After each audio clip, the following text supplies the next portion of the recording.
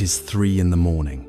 The world outside your window is draped in silence, a deep and velvet quiet that only the darkest hours of the night can offer. The city sleeps. The hum of traffic has faded to a distant whisper, and the demands of the day have retreated into the shadows. But here, in the sanctuary of your own bed, a storm is raging. Your body is still, longing for rest, yet your mind is a relentless wanderer, a frantic acrobat, leaping from one thought to another without a moment's pause. It replays conversations from yesterday, dissecting every word, every glance, searching for hidden meanings. It rehearses presentations for next week, anticipating problems that may never arise. It scrolls through a mental list of regrets, of things left undone, of fears about the future, of the quiet, persistent hum of a life that feels both too full and somehow not enough. This experience, this feeling of being a prisoner in your own mind while the world sleeps, is one of the defining struggles of our modern age. We often treat this sleeplessness as a personal failure, a glitch in our own machinery. We wonder what is wrong with us, why we cannot simply switch off. But this is not a personal failing. It is a symptom of the world we have built. A world of constant stimulation, of endless notifications, of a culture that glorifies productivity to the point of exhaustion. Our minds, like a smartphone that is never allowed to power down, become overheated, drained, their batteries flickering in the red. We seek sleep as an escape, a refuge from the chaos, but we carry the chaos with us, tucking it into bed like an unwelcome guest. But what if there was another way? A path that does not involve fighting the mind, but understanding it. A path that is not about trying harder to sleep, but about gently, skillfully allowing sleep to arrive. This path is not new. It is not a modern invention or a quick fix. It is a timeless wisdom, a deep and practical understanding of the human heart and mind that was discovered thousands of years ago. It is the wisdom of the Buddhist path, offered not as a distant religion, but as a set of profound and practical tools. Tools to soothe the restless mind, to find a genuine and unshakable serenity from within, and to transform the simple act of sleeping from a nightly battle into a sacred ritual of peace. To truly understand the path to a peaceful night, we must first become intimately familiar with the landscape of our own mind, especially the territory it occupies in the deep, quiet hours. We must look directly, with courage and with kindness, at the very nature of the restlessness that holds us captive. In Buddhist thought, this state has a name that is both simple and profoundly accurate. It is called capicita, which translates to the monkey mind. Imagine a large, magnificent tree, its branches reaching in every direction. Now imagine a small, mischievous monkey in this tree. It never stays still. In one instant, it is at the very top, chattering about a task you forgot to do at work. Before you can even finish that thought, it swings wildly to a lower branch, a branch of memory, and begins to gnaw on the bitter fruit of an old argument, a past regret. Then, in a flash, it leaps to a branch that extends far into the fog of the future, shaking it with anxieties about money, about health, about the endless parade of what-ifs. From a branch of self-criticism to a branch of idle fantasy, from a pang of jealousy to a fleeting desire, the monkey mind leaps and chatters without rest, without reason. This is the unbridled energy that we feel inside us. A chaotic, aimless, and utterly exhausting dance of thoughts and impulses. There is an old story that perfectly illustrates our relationship with this mind. A man lived in a beautiful house, and in this house lived a monkey. During the day, The man kept all the doors and windows of the house wide open. The monkey was free. It could wander into the garden, play in the trees, and return when it pleased. It was calm and content. But every evening, when the man wanted to rest, he would grow fearful of the monkey. He would rush around, closing every window, bolting every door, trying to trap the monkey inside a single room. The moment the monkey sensed it was being trapped, it would panic. It would screech and hurl itself against the walls. It would rattle the locked windows and claw at the bolted doors, its terror and frantic energy growing with every failed attempt to escape. The man, hearing the commotion, would become even more determined to subdue it, reinforcing the locks, convinced that the monkey was his enemy.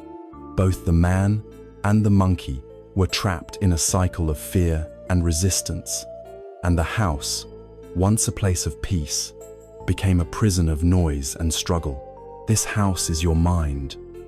The monkey is the natural, energetic flow of your thoughts, and the man is your conscious self, the part of you that, at the end of the day, decides that the mind must be silenced. When we lie down to sleep, we do exactly what the man in the story does. We demand silence. We try to bolt the doors on our thoughts. We say, I must not think about work. I must stop worrying. I need to be blank. And in this very act of suppression, this desperate attempt to control, we give the monkey mind its power. The thoughts we are trying to escape suddenly feel trapped, and like the monkey, they begin to panic. They bang against the walls of our awareness, screaming for attention. The worry we try to push away comes back with twice the force. The memory we want to forget becomes more vivid than ever. Our effort to create peace only creates a war. The tragic irony is that the noise we are fighting is a noise we ourselves are creating through our very resistance. So what fuels this monkey? Where does it get its seemingly infinite energy to swing through the branches of our consciousness all night long? It feeds primarily on two things: the past and the future. The mind becomes a time traveler, but it is a clumsy and unhappy one, constantly stumbling into the same two destinations. First, it travels to the past. This is the realm of rumination. The mind becomes like a cow chewing its cud, endlessly going over and over the same material. It replays arguments, searching for the perfect comeback that was never said. It relives moments of embarrassment, feeling the heat of shame as if it were happening right now. It clings to old hurts, old losses, reopening wounds that have never been allowed to properly heal. We do this because we are attached.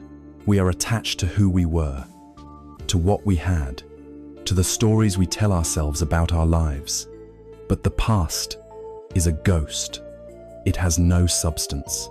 It exists only as a collection of electrical impulses and chemical signals in our brain.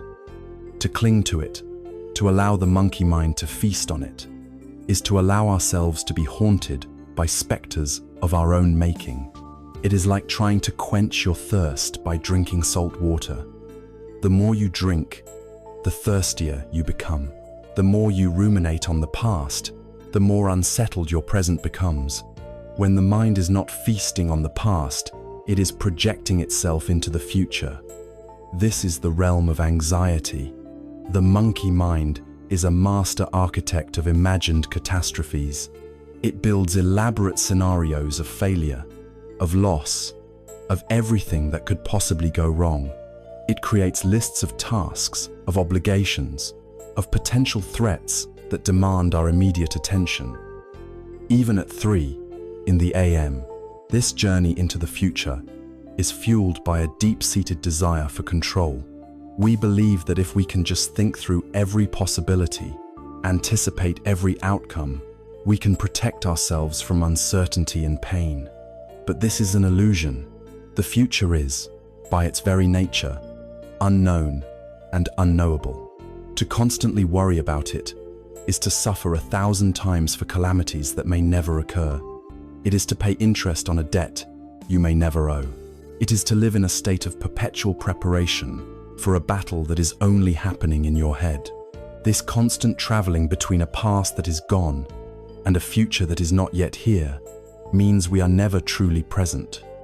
We are never simply here, in our beds, in the quiet of the night. Our mind is everywhere, but where our body is. This disconnect is a fundamental source of our distress. But why does this mental chaos feel so much louder at night? Why does the monkey seem to screech its loudest when we crave silence the most? During the day, our lives are filled with distractions. We have our work, our families, our chores. We have emails to answer, social media to scroll through, television shows to watch, music to listen to. These external stimuli act as a kind of buffer, a constant, low-level noise that masks the chatter of the monkey mind. We don't notice its frantic dance because we are too busy dancing with the world around us. Then, night comes. We turn off the television. We put down the phone. We say goodnight to our loved ones.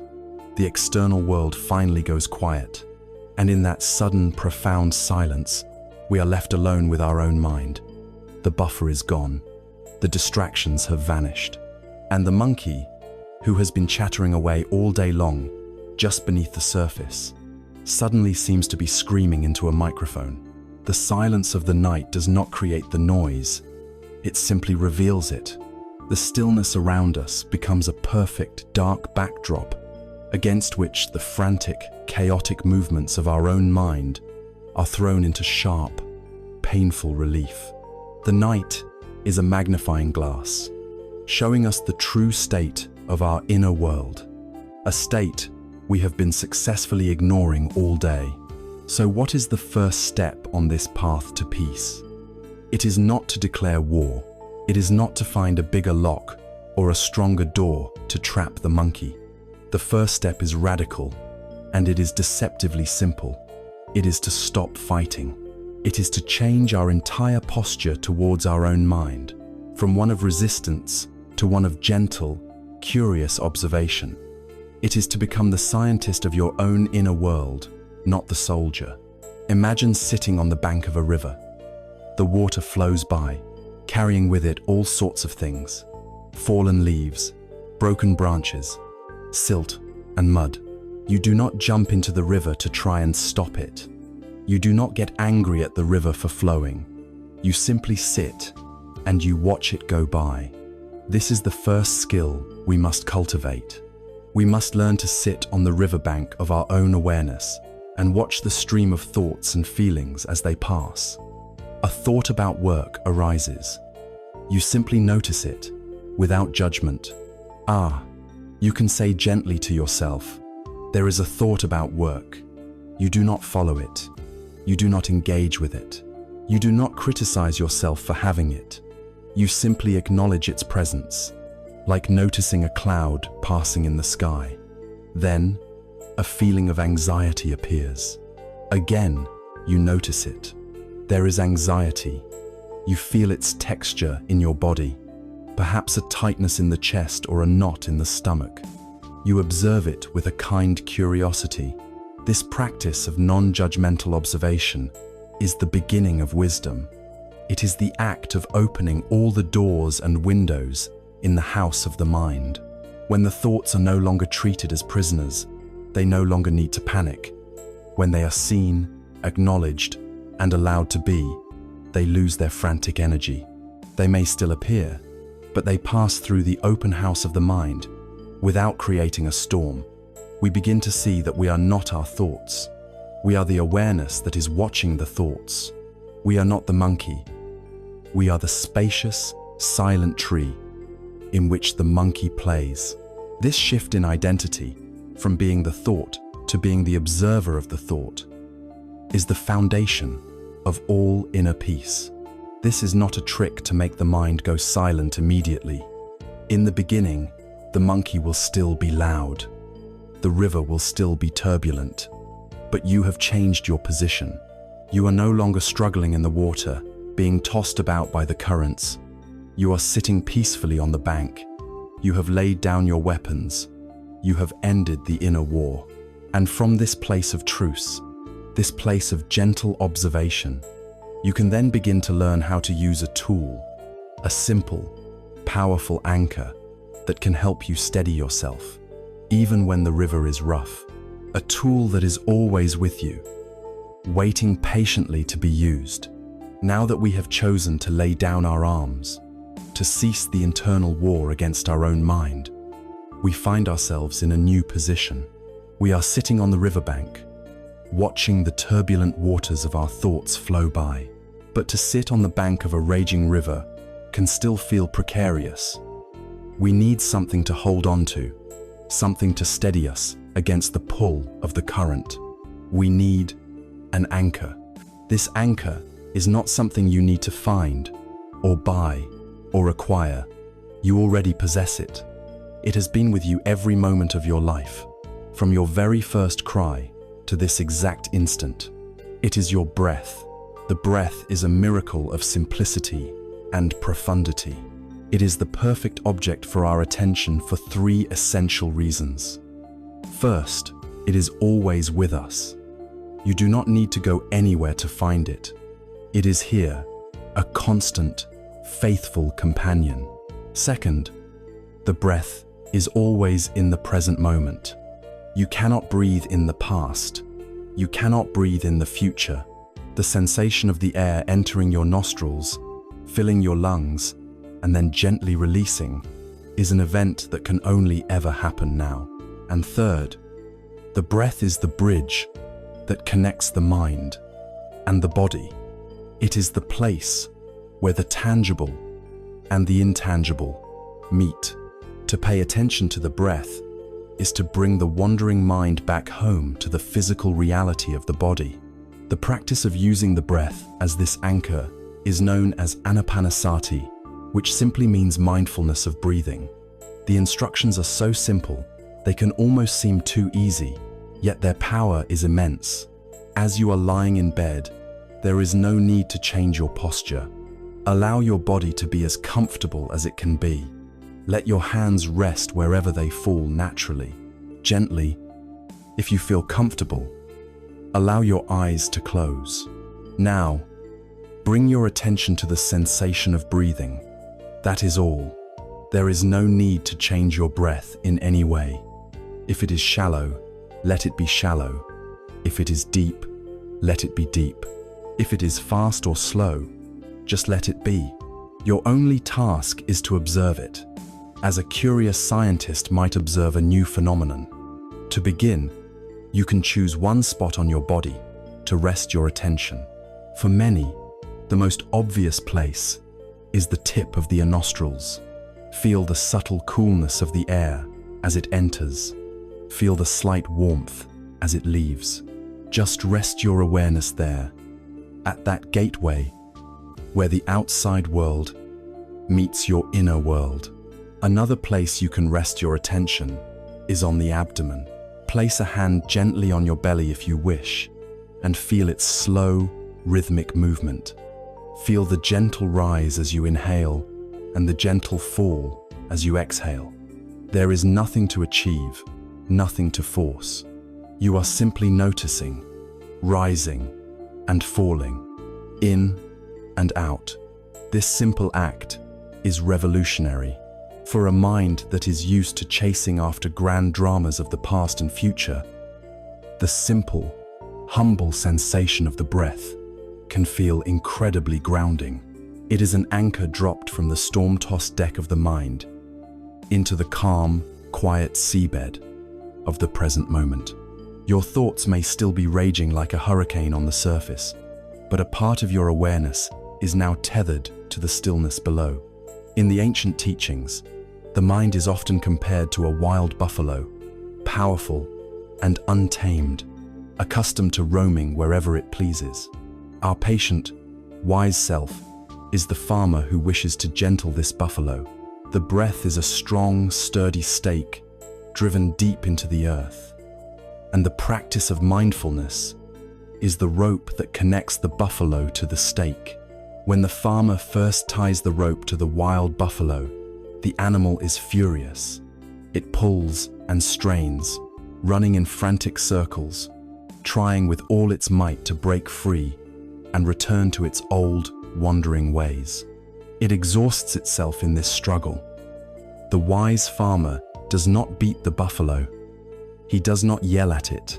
He simply holds the rope, ensuring it is secure to the stake, and he waits. He knows that the struggle is a necessary part of the process. This is exactly what your mind will do when you first try to anchor it to the breath. You will bring your attention to the rise and fall of your abdomen, and for a moment, you will be there. But then, without you even realizing it, the rope will slip, and the buffalo of the mind will be gone. It will be miles away, back in that argument you had last week, or halfway through a project that is due next month. The moment you realize this has happened, the moment you notice, oh, I am thinking, I am no longer with my breath, that is the most important moment in the entire practice. That moment of realizing is an act of mindfulness itself. It is a moment of pure gold. The unskilled farmer, upon seeing the buffalo has run off, would get angry. He would scold himself, I am no good at this. I can't even watch my breath for 10 seconds. My mind is hopeless. This is the voice of judgment, and it only frightens the buffalo further. The wise farmer, however, simply sees that the buffalo has wandered, and gently, patiently, without any anger or fuss, he picks up the rope and slowly coaxes the animal back to the stake. Then he sits down and continues to watch. A few moments later, the buffalo wanders again, and again, with infinite patience, the farmer brings it back. Again, and again, and again. This is your practice. Each time you notice your mind has wandered from the breath, you are not failing. You are succeeding. You are waking up. In that moment, you have the opportunity to practice the most profound kindness towards yourself. You gently let go of the thought that has captured you without judging it, and you guide your attention ever so gently back to the simple sensation of the breath, back to the rising and the falling. Every return is a victory. Every time you bring the mind back, you are taming the buffalo just a little. You are strengthening the muscle of mindfulness. Over time, the buffalo learns. It realizes that struggling is tiresome and futile. It learns that the area around the stake is safe. And eventually, it gives up the fight and lies down peacefully in the grass. Your mind, too, will eventually learn to rest in the calm presence of the breath. This process is not merely a psychological trick. It is deeply rooted in our own biology. Our body has two main operating systems within its nervous system. The first is the sympathetic nervous system, our fight or flight response. This is activated by stress, fear, and worry. It releases cortisol and adrenaline, increases our heart rate, and makes our breathing shallow and rapid. This is the system that is in overdrive when we are lying awake, our minds racing. It is a state of high alert, preparing the body for a danger that exists only in our thoughts. The second is the parasympathetic nervous system, our rest and digest response. This is the system of calm, healing, and regeneration. It slows the heart rate, lowers blood pressure, and promotes relaxation. The amazing thing is that we have a direct, conscious key to activating this system, and that key is the breath. When we deliberately slow down our breathing, when we focus on a long, gentle exhalation, when we allow our belly to rise and fall naturally, we are sending a powerful, undeniable signal from our body to our brain. This signal travels up the vagus nerve, a major information highway in our body, and it delivers a simple message: we are safe, the danger has passed. You can stand down. It is time to rest. By focusing on the breath, you are consciously taking the controls back from the automatic pilot of anxiety. You are telling your own biology that despite the stories the monkey mind may be screaming, here, in this bed, in this moment, you are fundamentally safe. This creates a powerful feedback loop. As the body begins to relax, the mind finds it easier to settle. As the mind settles, the body relaxes even more deeply. You are not just thinking your way to calm, you are breathing your way there. So tonight, as you lie down, try this simple experiment. Forget about trying to fall asleep. That is not the goal. The goal is simply to befriend your breath for a few moments. Place your attention on the rising and falling of your abdomen. Let it be your anchor. When the mind wanders, as it surely will, gently and kindly guide it back. Do this 100 times if you need to. Each time is an act of profound self-care. You are taming the wild buffalo. You are dropping anchor in the only moment you will ever have, the present. Once we have learned to hold this anchor, even for a few moments at a time, we have created a space of stability. From this stable ground, we can now begin to do the deeper work. We can begin to look at the heavy cargo that has been making our boat so unstable in the first place, the burdens that make the mind so restless. The first and heaviest of these burdens are the ghosts of yesterday. Having found our anchor in the gentle rhythm of the breath, we can now begin the delicate work of lightening our load. The mind, like a ship tossed on the sea, is made more unstable not just by the storm, but by the heavy, unbalanced cargo it carries within its hold. And the oldest, heaviest cargo we carry is the past. It is a vast collection of yesterday's conversations, of old wounds, of mistakes and regrets, of bittersweet memories and unresolved sorrows. When we lie down in the dark, the mind often becomes a museum of these artifacts. It wanders through the silent halls, picking up each object, dusting it off, and reliving its story with a vividness that makes it feel utterly present. We find ourselves in a phantom argument with a co-worker from years ago, or we feel the sting of a childhood embarrassment as if it happened this morning. This ghostly cargo is what keeps our nervous system on high alert, making rest impossible. The first profound insight the Buddhist path offers us about the past is this: it does not exist. This is not a philosophical trick. It is a simple, observable truth. The past is not a real place. It is a story we tell ourselves in the present.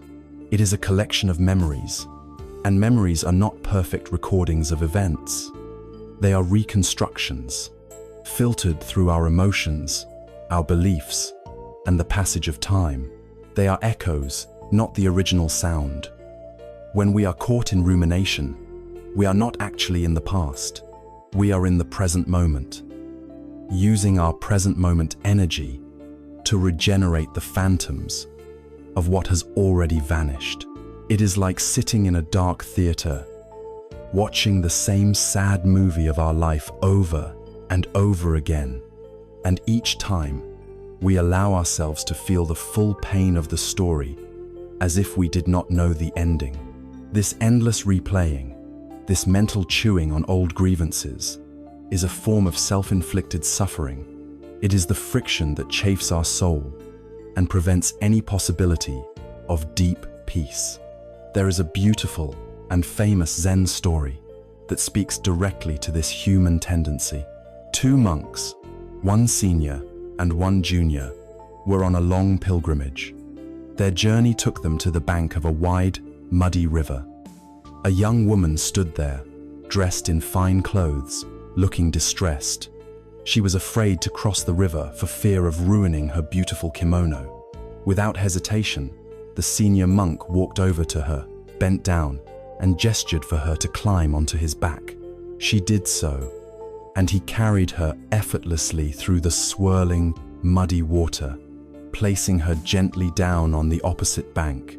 She bowed curtly without a word of thanks and hurried on her way. The two monks continued their journey. Hours passed. The sun began to set. The junior monk grew increasingly agitated, his brow furrowed, his steps heavy. He was stewing in a broth of silent indignation. Finally, unable to contain himself any longer, he burst out at his master. "How could you do that?" he exclaimed. "You know our monastic vows. We are forbidden from touching a woman, let alone carrying one on our shoulders like that. It was a serious violation of our precepts. How could you be so careless?" The senior monk looked at his young companion. His eyes filled, not with anger, but with a deep and gentle compassion. He replied softly, "I left that woman by the riverbank hours ago. Why are you still carrying her?" This story is a mirror held up to our own minds. We are all the junior monk. An event happens, an interaction takes place, a word is said. The event itself is over in a moment. We cross the river.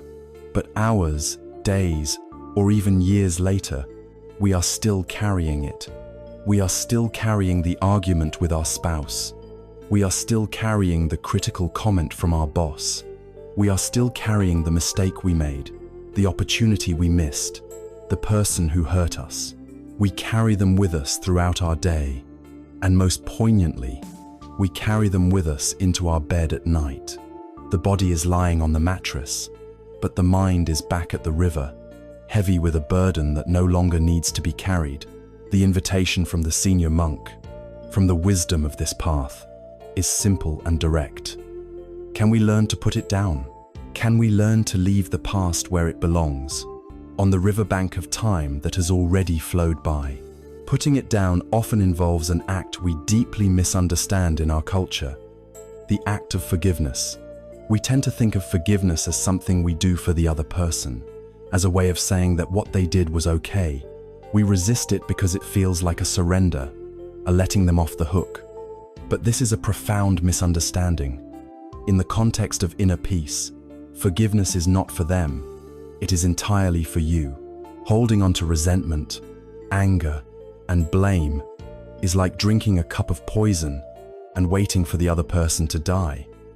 The only one who is harmed is the one who drinks. The anger you feel circulates through your own nervous system. The bitterness you hold corrodes your own heart. The story of blame you replay robs you of your own peace. Forgiveness, then, is the ultimate act of self-care. It is the wise and courageous act of putting down the cup of poison. It is not about condoning the action. It is about freeing yourself from the perpetual bondage of reacting to it. It is cutting the energetic cord that binds you to a painful past so that you can finally be free. And perhaps the most difficult and most necessary act of forgiveness is the one we extend to ourselves. We are often our own most relentless accuser and cruelest judge. We carry the burden of our own perceived failures with a grim tenacity. We lie awake at night. Our mind's a courtroom where we are simultaneously the prosecutor, the judge, and the defendant on trial for the crime of being imperfectly human. We must learn to extend the same grace to ourselves that we would to a dear friend. To forgive yourself is to acknowledge that you did the best you could at the time with the knowledge and awareness you had. It is to accept your own humanity. It is to become your own ally instead of your own enemy. This self-compassion is not a weakness. It is the fertile ground from which all healing grows. This all sounds good in theory, but how do we actually practice this letting go? We can begin with a simple visualization, an act of sacred imagination that you can do right now as you lie in your bed. First, return to your anchor. Take a few slow, gentle breaths. Feel the rise and fall of your abdomen. Settle into the present moment, into the reality of your body resting here and now. Then, in your mind's eye, imagine you are sitting on the bank of a beautiful, calm, slowly flowing stream. The air is peaceful, and you feel safe. Beside you is a simple cloth bag. You understand that this bag contains the stones of your past burdens. You reach into the bag, and your hand closes around a single stone. You pull it out and hold it in your palm. Feel its weight, its texture, its temperature. This stone represents a specific burden. Perhaps it is a regret about a decision you made. Look at the stone and acknowledge what it is. This is the regret I carry about my past choices. You don't need to justify it or analyze it. Just see it. Acknowledge its weight. Acknowledge that you have been carrying it for a long, long time. Then, with a conscious intention, you say to yourself, I have carried this weight for long enough. It has not served me. I choose now to be free from it. And with that intention, you gently toss the stone into the stream. You watch it arc through the air and land in the water with a soft splash. You watch it sink beneath the surface, tumbling slowly until it comes to rest on the riverbed. You watch the ripples on the surface spread out and then fade away, leaving the water as calm and clear as it was before. Feel the lightness in your hand now that the stone is gone. Feel the space that has been created. You can repeat this with another stone. Perhaps this one represents a hurt someone caused you. You hold it. You acknowledge the pain, and you make the conscious choice to release yourself from the burden of carrying it. You toss it into the river of time and watch it disappear. This is not about erasing the past, but about changing your relationship to it. You are no longer a victim of your history. You are an active participant in your own healing, choosing what to carry forward and what to release. By practicing this act of letting go, even with just 1 or 2 small stones each night, you begin to change a deeply ingrained mental habit. You are training the junior monk within you to see that the journey is lighter. The path is more joyful when he is not carrying burdens that are not his to carry. You are lightening the cargo in your ship, making it more buoyant, more stable, and better able to find rest in the calm waters of the night. But the past is only one of the phantom realms that steals our peace. The other, equally potent, is the vast, unknown territory of tomorrow. Having begun the practice of releasing the heavy stones of yesterday, we create a space of lightness in our being. But the monkey mind is a creature of habit, and if it is not swinging backwards into the past, it has another favorite direction of travel, forwards, into the vast, foggy landscape of the future. This is the realm of anxiety, the second great thief of our nightly peace. As we lie in the quiet darkness, the mind becomes a frantic architect, endlessly drawing blueprints for a tomorrow that has not yet arrived. It rehearses difficult conversations. It braces for imagined failures. It constructs elaborate defenses against potential threats. What if I fail the presentation? What if my health declines? What if I lose my job? What if something happens to my loved ones? Each what if is a ghost that haunts our pillow, a phantom that drains the vitality from the present moment and leaves us exhausted before the day has even begun. To understand how to free ourselves from anxiety, we must first understand its nature. At its core, anxiety is the product of a fundamental misunderstanding. It is the belief that we can and should control the uncontrollable. Life is, by its very nature, a process of constant, unpredictable change. It is a flowing river, not a frozen lake. Anxiety is the tension that arises when we try to build a dam across this river with our thoughts. It is the friction between our deep craving for certainty and the undeniable reality of uncertainty. We believe that if we just worry enough, if we plan for every single contingency, if we mentally rehearse every possible negative outcome, we can somehow insulate ourselves from the pain and unpredictability of life. But this is an impossible task, and the effort it requires is immense. It is like trying to write the script for a play in which the other actors have not yet been cast and the stage has not yet been built. The only result of this effort is a state of perpetual, low-grade agitation. Our nervous system is kept in a constant state of readiness for a disaster that exists only in our imagination.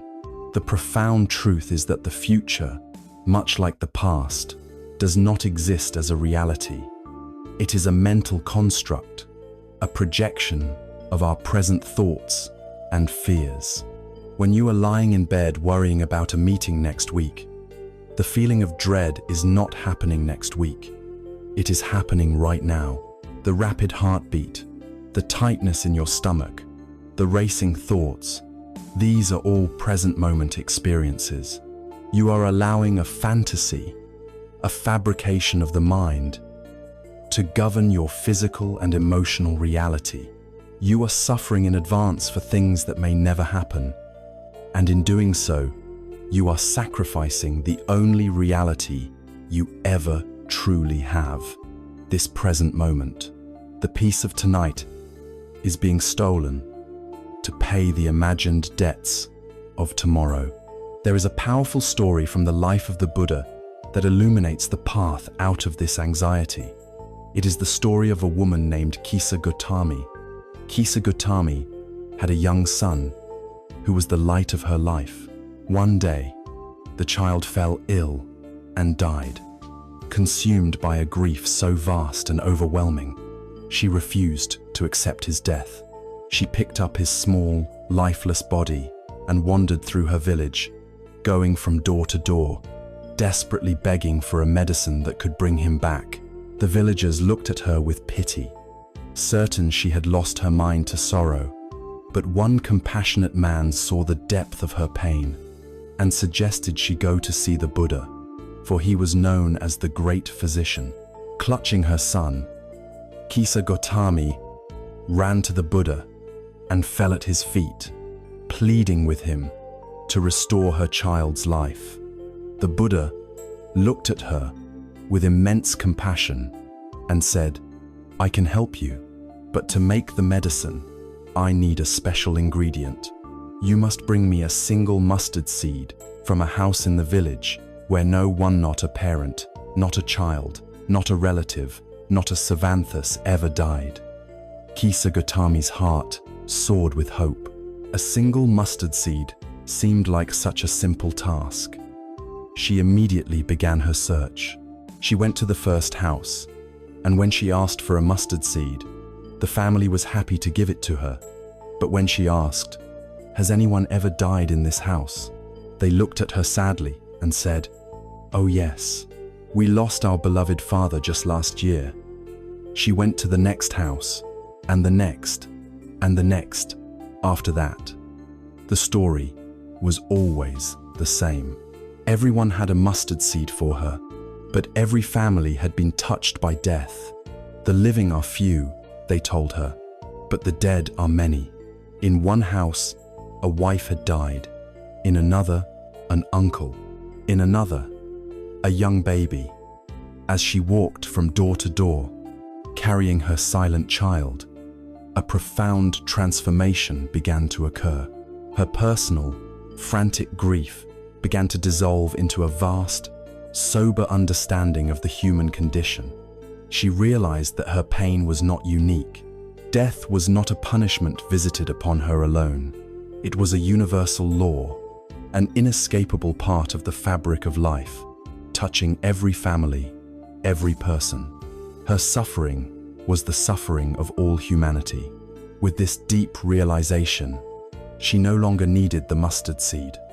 She carried her son's body to the cremation grounds and finally let him go. She returned to the Buddha, not with an ingredient for a magical cure, but with a heart that had been broken open to the truth of impermanence. The Buddha saw her and knew she had understood. He had not offered her a false hope, but had guided her on a journey to find a truth that was far more healing, the truth of acceptance. This story is our story. When we lie awake, worrying about the future, we are like Kisa Gotami before her journey. We are clinging to the idea that things should be permanent, that we can avoid loss, that our lives should be free from pain and uncertainty. We want the magical mustard seed, the one trick that will guarantee our safety and happiness forever. But life does not offer such a thing. The journey from house to house is the journey of wisdom. It is the gradual realization that everything changes. Health can fade, jobs can be lost, relationships end. This is not a pessimistic view, it is a realistic one. And in this realism, there is a profound freedom. When you stop fighting reality, you can finally be at peace with it. This leads to the practice of what can be called the wisdom of not knowing. In our modern world, we are conditioned to believe that knowing is power. We gather data, we make 5-year plans, we try to predict every outcome, but the spiritual path invites us into the revolutionary act of embracing not knowing. It is the humility to admit that the future is a mystery. It is the courage to release the exhausting burden of trying to have everything figured out. When you allow yourself to not know, a great tension is released from the mind and body. You are no longer bracing for impact. You are simply present, open, and available to what is. You begin to trust not in your plans, but in your own innate capacity to meet life as it unfolds, moment by moment. So what do we do, if not worry? The answer is to shift our focus from controlling the future to cultivating the present. Imagine you are a gardener. A neurotic gardener spends all their time looking at the sky, worrying if there will be a storm next month, or if a drought will come in the summer. They are so consumed by these future possibilities that they neglect the garden in front of them. The wise gardener, however, understands that they cannot control the weather, so they pour all of their energy into what they can do right now. They diligently prepare the soil, they choose the best seeds, they pull the weeds, and they water the young plants.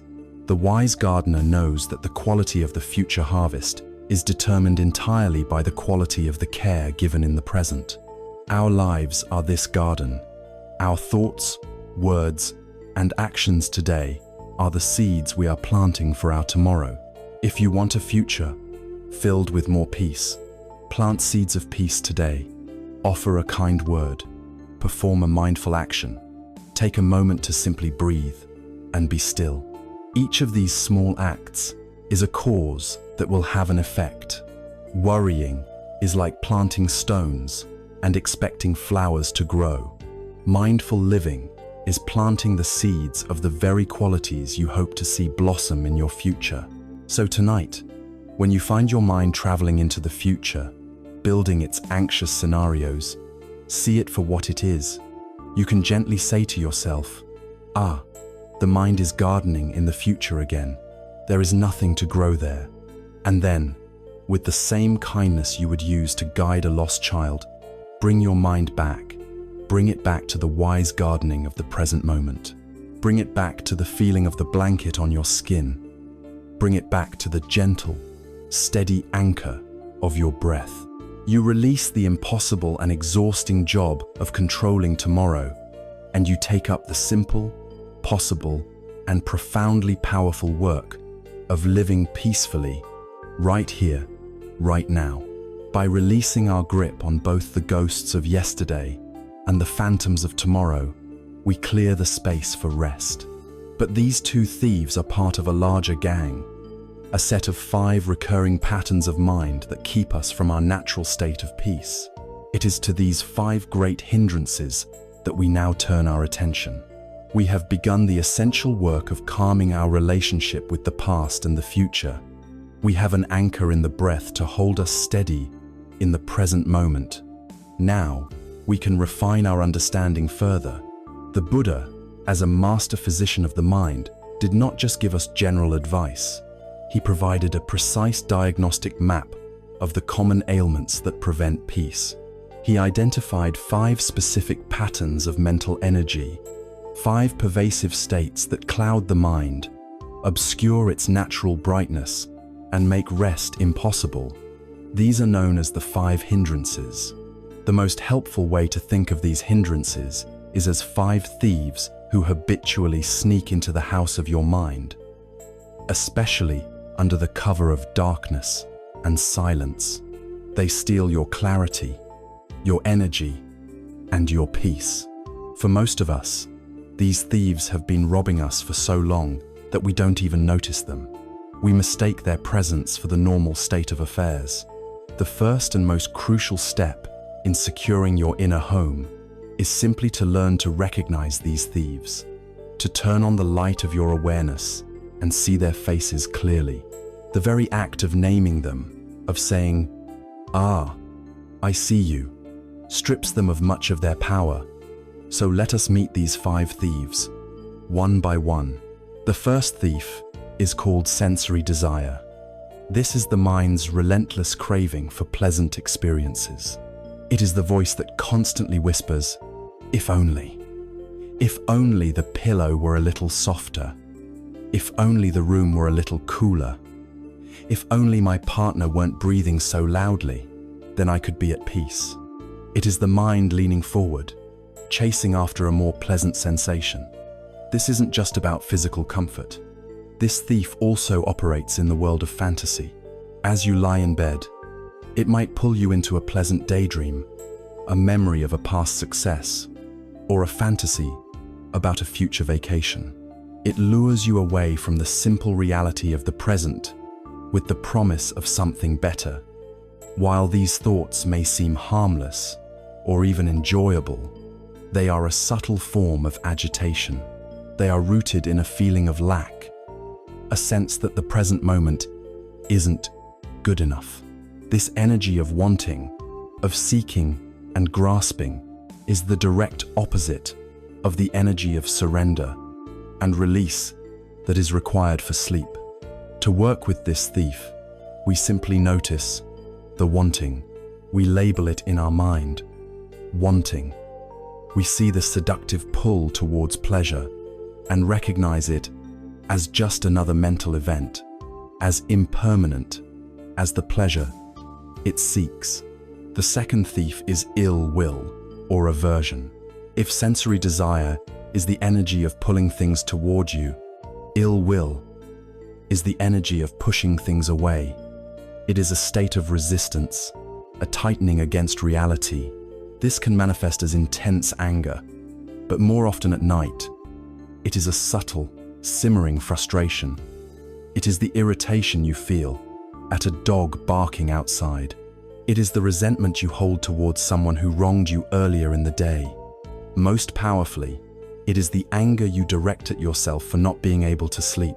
Why can't I just relax? I'm so useless at this. This inner critic is the voice of ill will.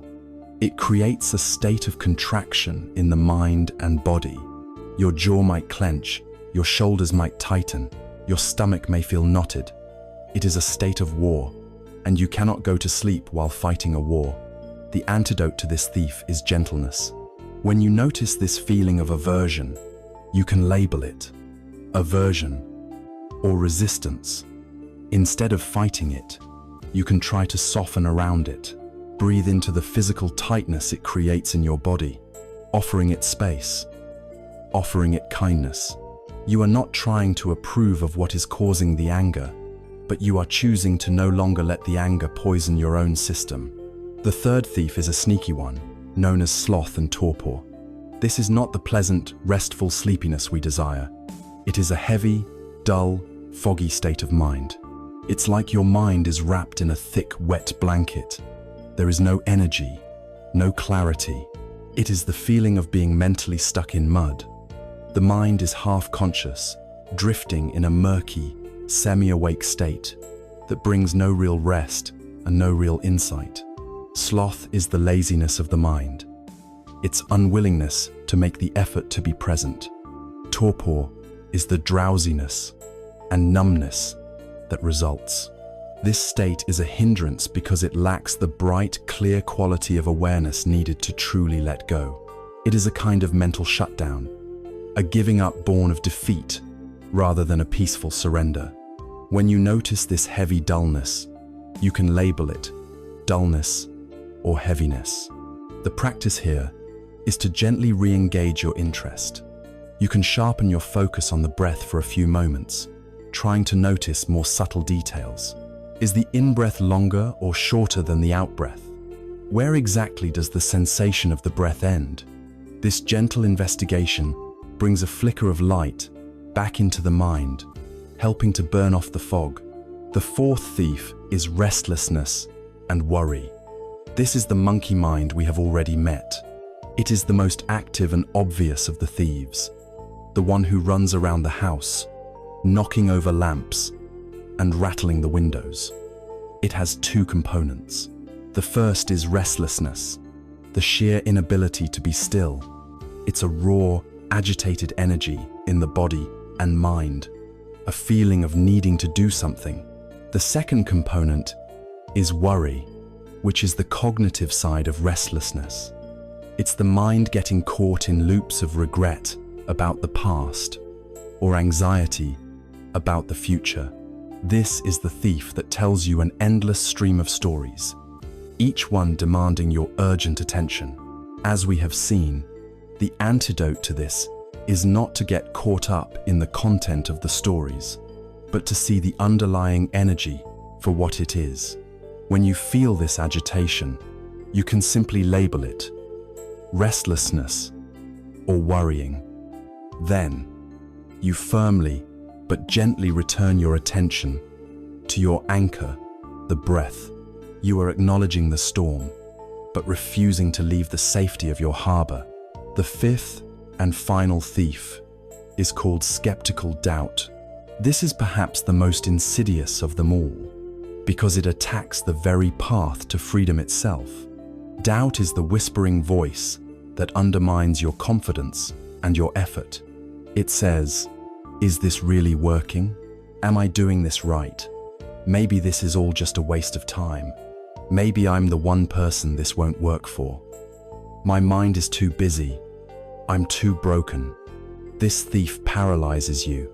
It makes you question the instructions, the teacher, and your own ability to find peace. It creates a state of inner wavering and indecision that drains your energy and keeps you from fully committing to the practice. When this thief appears, it is crucial to recognize it. You can label it doubting. The practice here is not to try and argue with the doubt, but to meet it with a quiet, steady persistence. You acknowledge the feeling of uncertainty, and then you gently return to the practice anyway. You return to the simple, undeniable, physical reality of your breath rising and falling. You borrow a little faith, trusting that this is a path that countless others have walked successfully, and you simply take the next step, which is the next breath. These 5 thieves: sensory desire, ill will, sloth and torpor, restlessness and worry, and skeptical doubt are the primary obstacles to a peaceful mind and a restful night. The unifying practice for working with all of them is this gentle, mindful labeling. When you are lying in bed and you notice you are not at peace, ask yourself gently, which of the thieves is visiting me right now? Are you wanting something to be different? Are you feeling aversion to something? Is there a dullness in the mind? Is there restlessness? Or are you doubting? The simple act of naming the hindrance does something magical. It objectifies it. It separates you from the state itself. Instead of being angry, you are the one who is observing anger.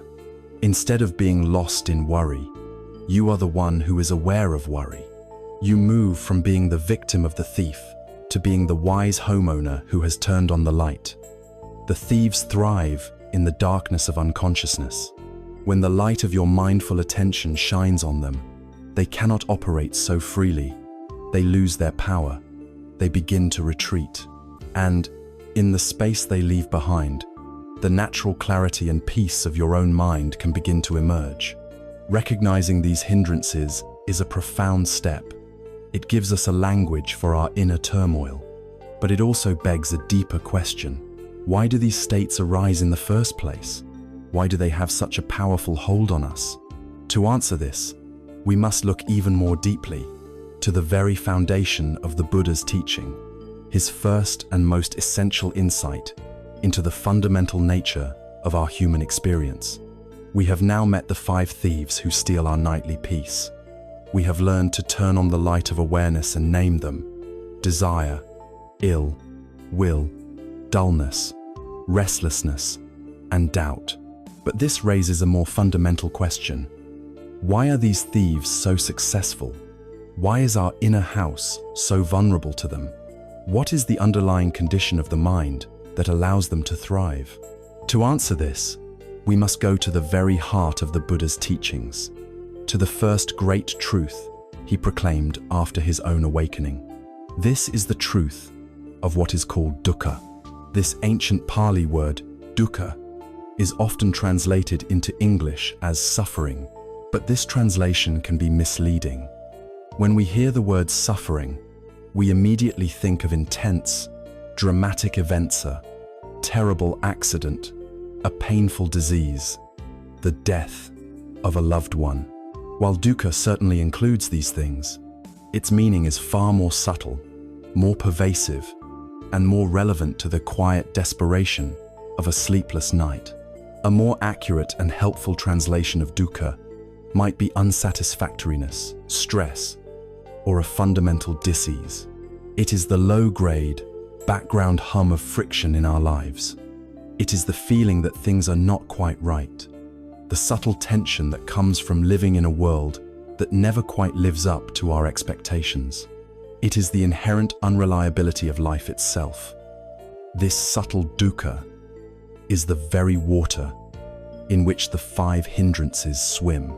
The Buddha, like a master physician, broke this diagnosis down into 3 distinct categories.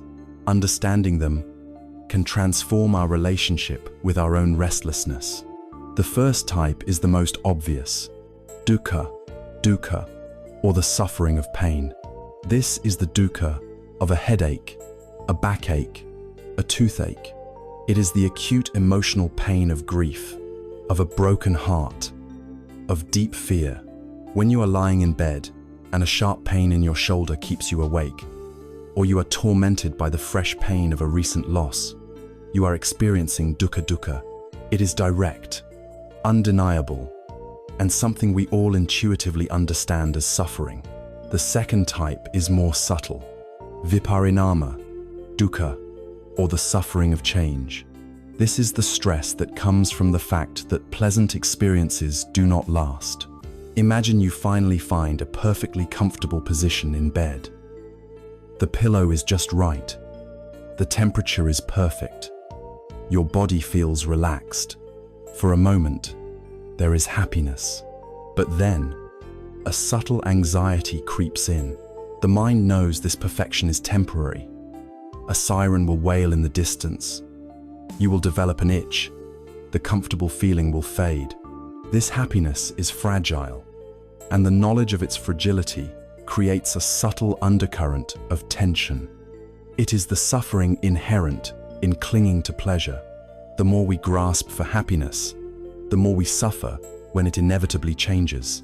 This is why even after a wonderful, happy day, the mind can still be agitated at night, clinging to the pleasant memories and resisting the transition into the stillness of sleep. The third type is the deepest and most profound: sankhara, dukkha, or the suffering of conditioned existence. This is the most important one for understanding the baseline anxiety that keeps us awake. It is the inherent unsatisfactoriness of being a self in a world of constant flux. It is the subtle stress of just being. It is the effort required to maintain our bodies, to manage our thoughts, to navigate our relationships. It is the vague, objectless anxiety that often surfaces in the dead of night when there is no specific problem to point to, but we still feel a sense of unease, of restlessness, of dis-ease. This is the monkey mind. It is the friction generated by a finite, changing self, existing in a finite, changing world. The very experience of lying awake, your mind racing for no apparent reason, is a perfect masterclass in Sankhara dukkha. It is the baseline hum of unsatisfactoriness made audible in the silence.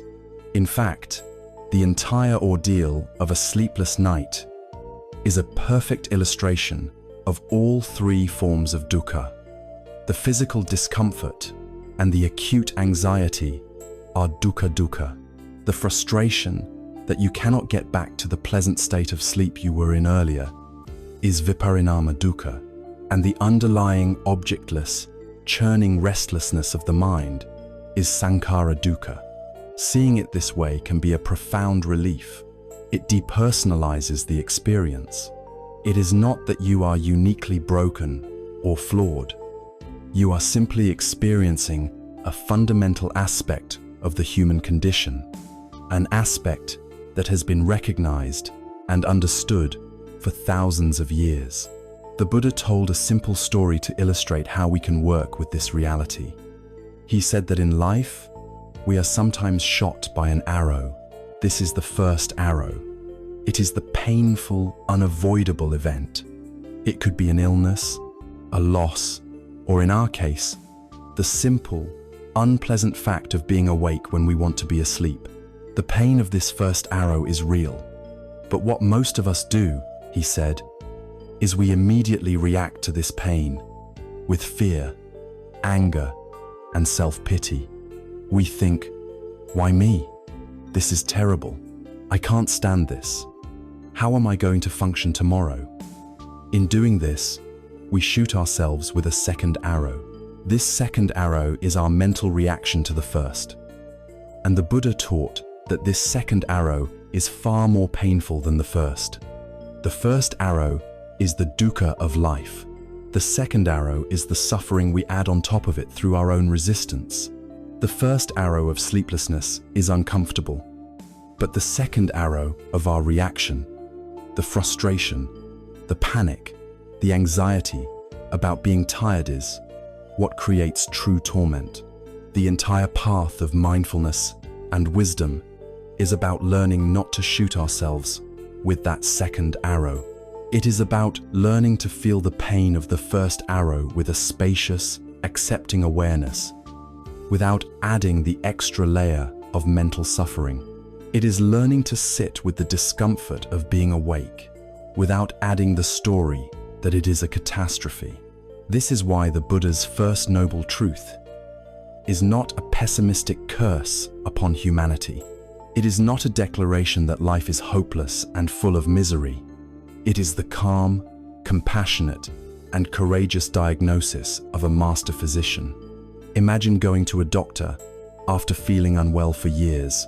The doctor runs some tests and finally says to you, "I know what you have.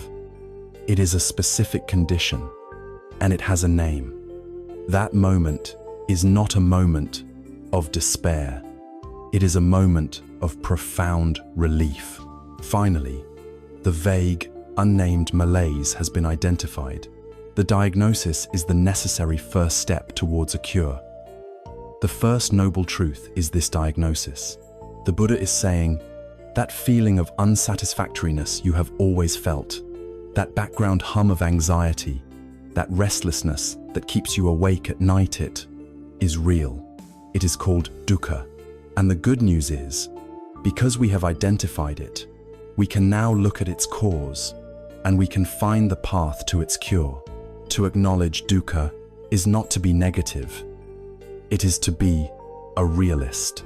It is to finally stop pretending that life should be a state of perpetual, uninterrupted comfort and pleasure. It is to accept the reality of the human condition with wisdom and grace. When we do this, we stop taking our sleeplessness so personally. We see it not as our individual failure, but as a manifestation of dukkha. We can stop fighting it so fiercely. We can feel the discomfort of the first arrow, the raw reality of being awake, without firing the second arrow of judgment and fear.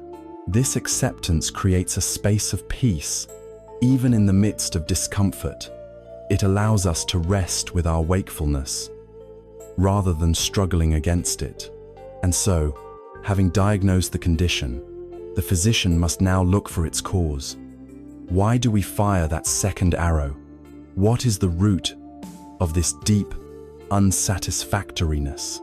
The Buddha taught that the root cause of dukkha is our fundamental misunderstanding of the nature of reality itself. Specifically, our failure to truly and deeply understand one of its most essential characteristics, that everything, without exception, is in a constant state of change. It is to this law of impermanence that we must now turn. We have arrived at a profound diagnosis for our dis-ease, the first noble truth of dukkha, the pervasive unsatisfactoriness that hums beneath the surface of our lives. We understand that this is not a personal failure, but a universal condition. The wise physician, having named the illness, now seeks its root cause. The Buddha taught that the deepest root of our suffering, the reason we are so adept at shooting ourselves with that second arrow, is a fundamental conflict between our deepest desire and the deepest law of the universe. We crave permanence in a world whose very nature is impermanence. This law, this fundamental mark of all existence, is called anicca. Anicca is the Pali word for impermanence. It is the teaching that everything, without exception, is in a constant state of flux. Nothing is solid, nothing is fixed. Everything that arises will, eventually, pass away. We can see this in the grand cycles of nature. Day turns to night. Season gives way to season. Empires rise and fall. We see it in our own bodies, which grow from infancy to old age, changing with every passing year. But the teaching of anicca goes much deeper than this. It points to the reality that change is happening not just year by year or day by day, but moment by moment. As you lie here now, the sounds in the room, a distant car, the hum of a refrigerator, the sound of my voice arise in your awareness, linger for a moment, and then vanish forever, replaced by the next sound. The thoughts that move through your mind are like clouds in the sky, appearing from nowhere, taking a shape, and then dissolving into nothing. The sensations in your body are in constant flux. A feeling of warmth in your feet gives way to a cool draft. An itch on your arm appears and then fades. Even your emotions are a flowing river. A wave of anxiety can rise, crest, and then recede, followed by a wave of boredom, which in turn might be replaced by a flicker of hope. Reality is not a collection of static nouns. It is an endless procession of dynamic verbs. It is a dance, a flow, a process of continual arising and ceasing. This universal law of anicca is not, in itself, a problem. It is simply the way things are, as neutral as the law of gravity. The problem, the root of dukkha, arises from our reaction to it. Our minds are conditioned to do two things in response to this flow. We cling and we resist. When we experience something pleasanter, feeling of physical comfort, a happy memory, a moment of peace, we try to grasp it. We try to freeze that moment in time, to build a wall around it and make it permanent. This is clinging. But because reality is impermanent, the pleasant moment inevitably changes. The feeling fades, the comfort shifts, our wall crumbles, and we experience the pain of loss. Our clinging to what we want to keep is a primary source of our suffering. Conversely, when we experience something unpleasant, an anxious thought, a painful sensation, the feeling of being frustratingly awake, we try to push it away. We resist it, We try to exile it from our experience, to declare war on it. This is aversion, but reality is what it is, and our resistance often only serves to create more tension and to magnify the very thing we are trying to escape. The energy we spend pushing against the unpleasant reality is exhausting, and it is another primary source of our suffering. Our entire life is often a frantic dance of clinging to what we like and resisting what we don't, all in a futile attempt to deny the fundamental law that everything changes. There is an old and wise story about a farmer that perfectly illustrates a more skillful way to live with impermanence. One day, the farmer's only horse, which he used for plowing his fields, ran away. His neighbors all came to console him. "Oh, what terrible luck," they said. The farmer simply shrugged and replied, "Good luck? Bad luck? Who knows?" A few days later, the horse returned, and it brought with it a herd of 12 wild horses. The neighbors gathered again, this time to congratulate him. "What wonderful luck," they exclaimed. The farmer just smiled and said, "Good luck? Bad luck? Who knows?" The next week, the farmer's son was trying to tame one of the wild horses when he was thrown off and broke his leg. The neighbors came once more, shaking their heads. "How awful. This is truly bad luck." The farmer looked at his son's leg and replied calmly, "Good luck? Bad luck? Who knows?" A few weeks after that, the emperor's army marched into the village, conscripting every able-bodied young man. For a war they were unlikely to survive. The farmer's son, because of his broken leg, was the only young man in the village who was spared. The farmer in this story is a model of wisdom. He lives in harmony with Anicca. He understands that the river of life is always flowing, and that what appears to be a disaster one day can be the seed of a blessing the next, and vice versa. He doesn't get caught in the immediate story of gain and loss. The neighbors, on the other hand, represent our ordinary mind. They attach fixed labels of good and bad to every changing event, riding a wild roller coaster of elation and despair. When we lie awake at night, consumed by anxiety, we are being the neighbors. We have labeled the temporary state of being awake as a terrible disaster, and we suffer accordingly.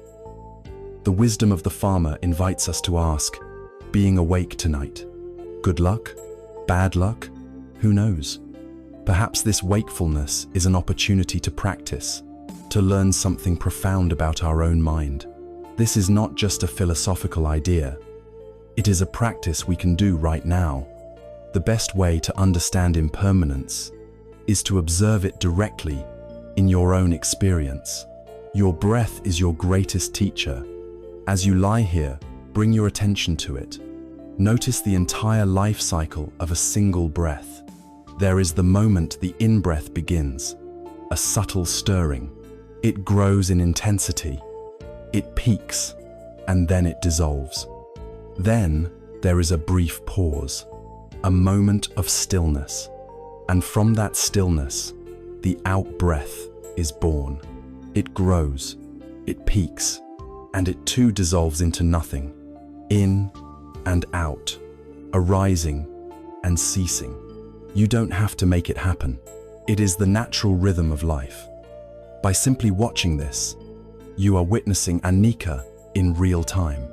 You are training your mind to be with change, not to fight it. You can extend this to all your experiences.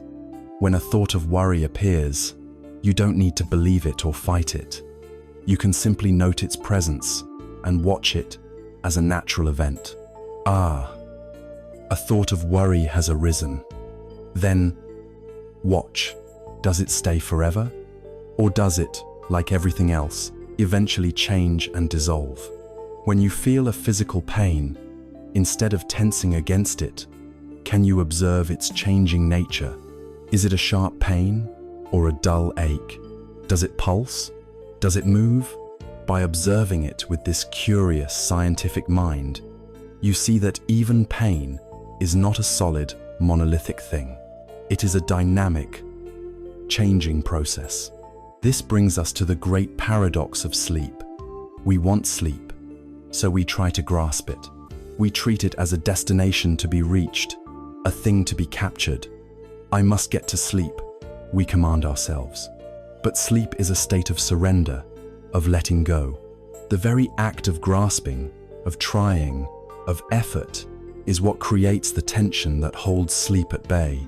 The more you chase it, the faster it runs away.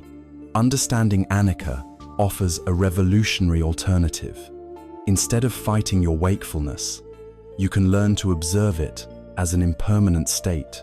This feeling of being awake, this frustration, this anxiety, it has arisen. It is present now. But because of the law of anicca, it is not permanent. It too will pass. Just like a storm cloud, it will eventually exhaust itself and dissolve, revealing the clear sky that was always behind it. Trusting in this law allows you to relax your grip. You stop fighting the present reality of being awake. You can actually rest within your wakefulness, knowing it is temporary. And in that profound state of non-resistance, in that deep relaxation of surrender, you create the perfect conditions for sleep to arise naturally in its own time. Impermanence, then, is not a threat to our happiness. It is a promise. It is the promise that pain does not last forever. It is the promise that anxiety will eventually subside. It is the promise that even this long, dark, restless night will, without any doubt, give way to the dawn. By learning to flow with this current rather than struggling against it, we discover a peace that is not static or fragile, but as dynamic and resilient as life itself. This deep looking into the nature of change, however, leads to an even more startling and liberating question. If everything is in flux, my body, my thoughts, my feelings, my world, then who, exactly, is this I that is experiencing all of it? Who is this self that is clinging and resisting? If all the components are changing, where is the permanent, solid entity that I call me? It is to this profound and liberating inquiry that we now turn. We have stood on the bank of the river of existence and recognized its ceaseless flow, its nature of anicca, or impermanence. We have seen that everything we can experience, our thoughts, our feelings, our bodily sensation, is in a constant state of arising and passing away. This leads us to what is perhaps the most radical, challenging, and ultimately liberating inquiry in the entire landscape of human thought. The question is this: if everything is changing, what about the one who seems to be experiencing it all? What about this I that I feel myself to be? Is it the one fixed point in a universe of flux? Is there a permanent, unchanging self at the center of my being? The Buddha's answer to this question is startling, and it is the second great mark of existence, anatta, which translates as not self. From the moment we are born, we are conditioned to believe in the existence of a solid, continuous I. We say, I am happy, I am angry, I am walking, I am thinking. We feel like there is a CEO in the headquarters of our mind, a permanent director sitting behind our eyes, pulling the levers and experiencing the results. This feeling of being a self is the bedrock of our identity, our ego. The teaching of anatta asks us to investigate this feeling, to look for this self, and to see if we can actually find it. To aid in this investigation, the teachings provide a map of what we call a person. They suggest that what we conventionally label as a self is actually a dynamic process, a temporary bundling together of 5 distinct components, known as the 5 aggregates. The first is form, our physical body, with all its parts and senses. Look at this body. Is it you? If you cut your hair, are you less you? If you lose a tooth, has your selfhood diminished? The body is constantly changing, aging, renewing its cells. It is clearly a process, not a permanent thing. So the self cannot be simply the body. The second is feeling, the raw sensations that arise when our senses make contact with the world. These are categorized as pleasant, unpleasant, or neutral. A cool breeze is pleasant. A sharp noise is unpleasant. The feeling of your clothes on your skin might be neutral, but are you your feelings? Feelings are like the weather, constantly shifting. You are joyful one moment and sad the next. If you were your feelings, yourself would be disappearing and reappearing with every passing mood. So the self cannot be simply feeling. The third is perception, the mental function that recognizes, identifies, and labels our experience. It is the part of the mind that says, "That is the sound of a clock," or "This feeling is anxiety." But are you your perceptions? Your perception of a person can change dramatically after you get to know them. Your perception of a problem changes as you gain wisdom. Perception is a changing process of interpretation, so the self cannot be simply perception. The fourth is mental formations. This is a broad category that includes all of our habits, beliefs, opinions, biases, intentions, and most importantly, our thoughts. This is the chattering monkey mind, the inner narrator telling the story of our life. But are you your thoughts? 1,000 contradictory thoughts can pass through your mind in an hour. Some are wise, some are foolish, some are kind, some are cruel. If you were your thoughts, you would be a chaotic and incoherent being. You have thoughts, but you are not the thoughts. So the self cannot be simply your mental formations. The fifth is consciousness, the fundamental faculty of awareness itself, the light that illuminates all the other experiences. There is consciousness of seeing, consciousness of hearing, consciousness of thinking. But even consciousness is not a monolithic, independent entity. It arises in dependence upon an object. Seeing consciousness cannot exist without something to be seen. Hearing consciousness cannot exist without a sound to be heard. It is also a flickering, dependent process. So we are left with a profound conclusion. What we call a self is a temporary coalition of these 5 changing processes. It is a bundle of form, feeling, perception, thought, and consciousness, constantly interacting, constantly in flux. There is no solid, separate, permanent CEO to be found. The ancient text, The Questions of King Milinda, illustrates this with a brilliant parable. A wise sage named Nagasena visited a king named Milinda. The king, a sharp intellectual, wanted to test the sage's wisdom. He asked, "What is your name, venerable sir?" The sage replied, "I am known as Nagasena, your majesty. But this is just a name, a designation. There is no permanent person to be found here." The king was intrigued and challenged him.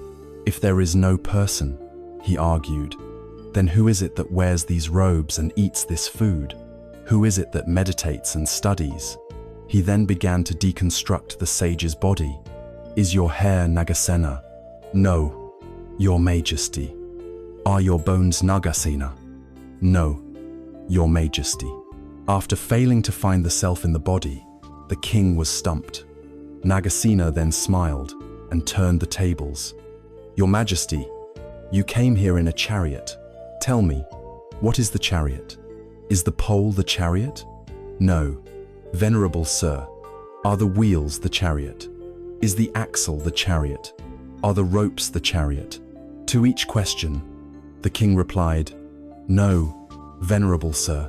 Nagasena then asked, "Then is the chariot something separate from all of its parts. The king had to admit, "No, venerable sir." Nagasena then delivered the crucial insight. "Your Majesty, you see that the word chariot is simply a convenient name, a designation we give when the pole, the wheels, the axle, and all the parts are assembled in a particular way. In an ultimate sense, there is no chariot to be found, only the ever-changing parts that compose it.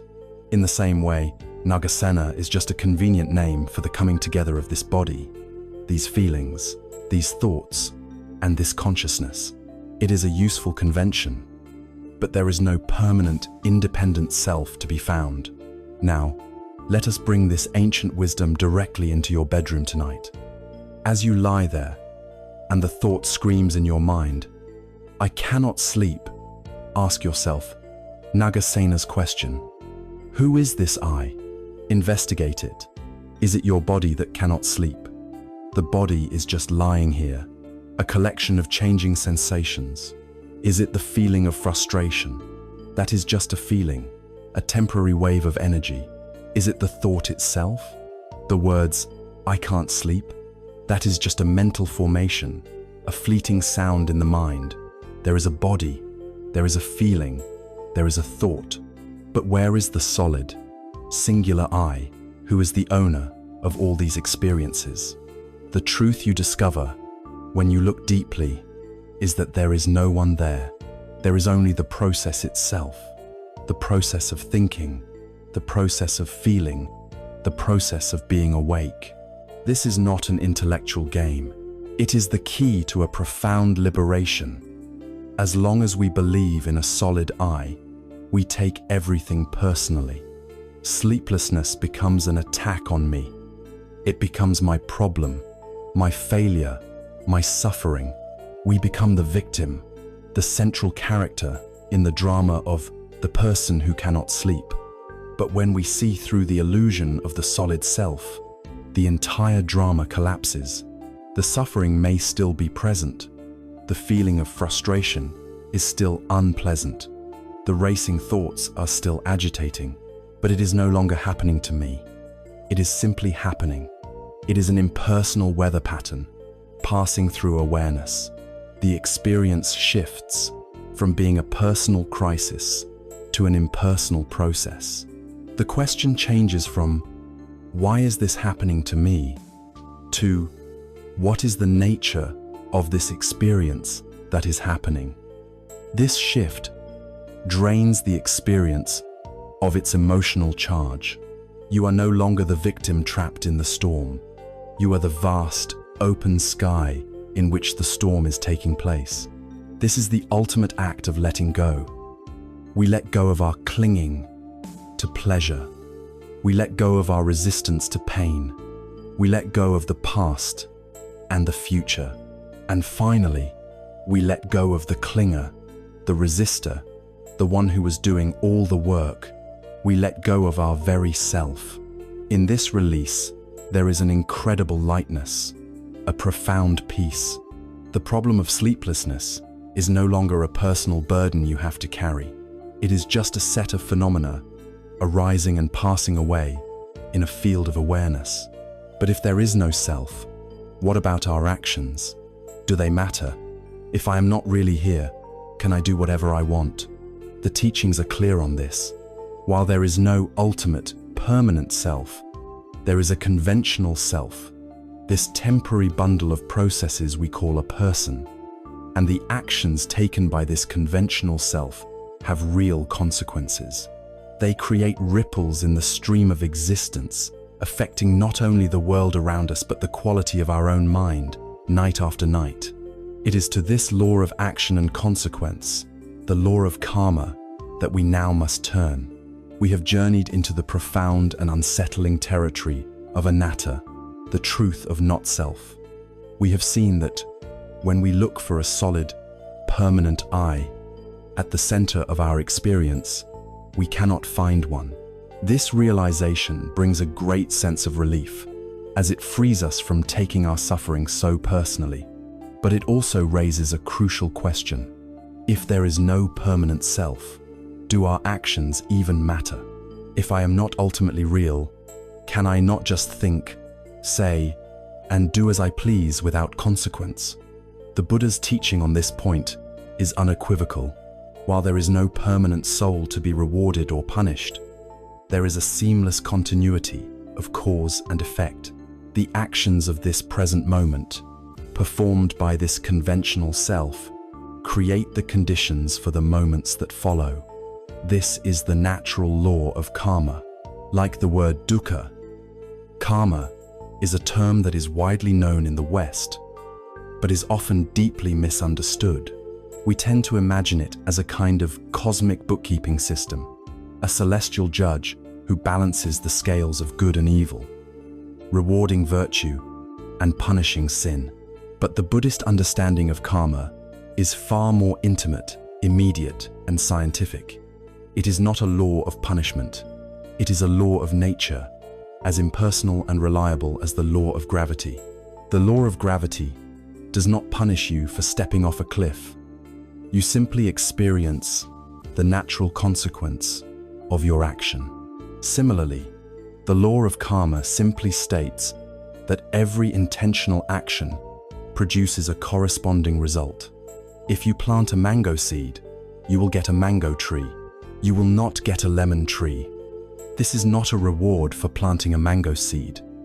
It is simply the nature of things. The most important word in the law of karma is cetana, which means intention or volition. The seed of karma is not the action itself, but the intention behind the action. It is the quality of the mind from which the action springs. An action born from an intention of generosity, kindness, and clarity will produce a result of a similar quality. An action born from an intention of greed, hatred, and confusion will likewise produce a result that is stained with those qualities. And the very first place these results manifest is not in the external world, but within our own mind. An act of anger does not just potentially harm another. It immediately poisons the mind of the one who is angry, flooding the body with stress hormones and reinforcing the mental habit of aversion. An act of generosity does not just potentially help another. It immediately brightens the mind of the giver, cultivating a feeling of joy and connection. Karma is the most immediate feedback loop in the universe. Our mind is like a garden, and our intentional thoughts, words, and deeds are the seeds we are constantly sowing into it. This brings us directly to the quality of our sleep. We cannot expect to sow seeds of chaos, stress, and negativity all day long and then, by some miracle, hope to harvest a garden of peace and tranquility at night. Our night is the direct result of our day. The state of our mind when our head hits the pillow is not an accident. It is a harvest. Imagine your mind is a large, clear glass vessel. Throughout your day, every action you take is like adding a drop of liquid to this vessel. When you speak with harshness or engage in angry gossip, you are adding a drop of murky, black ink. When you rush through your day in a state of frantic, mindless agitation, you are adding a drop of churning, muddy water. When you consume hours of violent or stressful media, you are adding more pollutants. When you act from a place of greed or jealousy, you are adding another cloudy drop.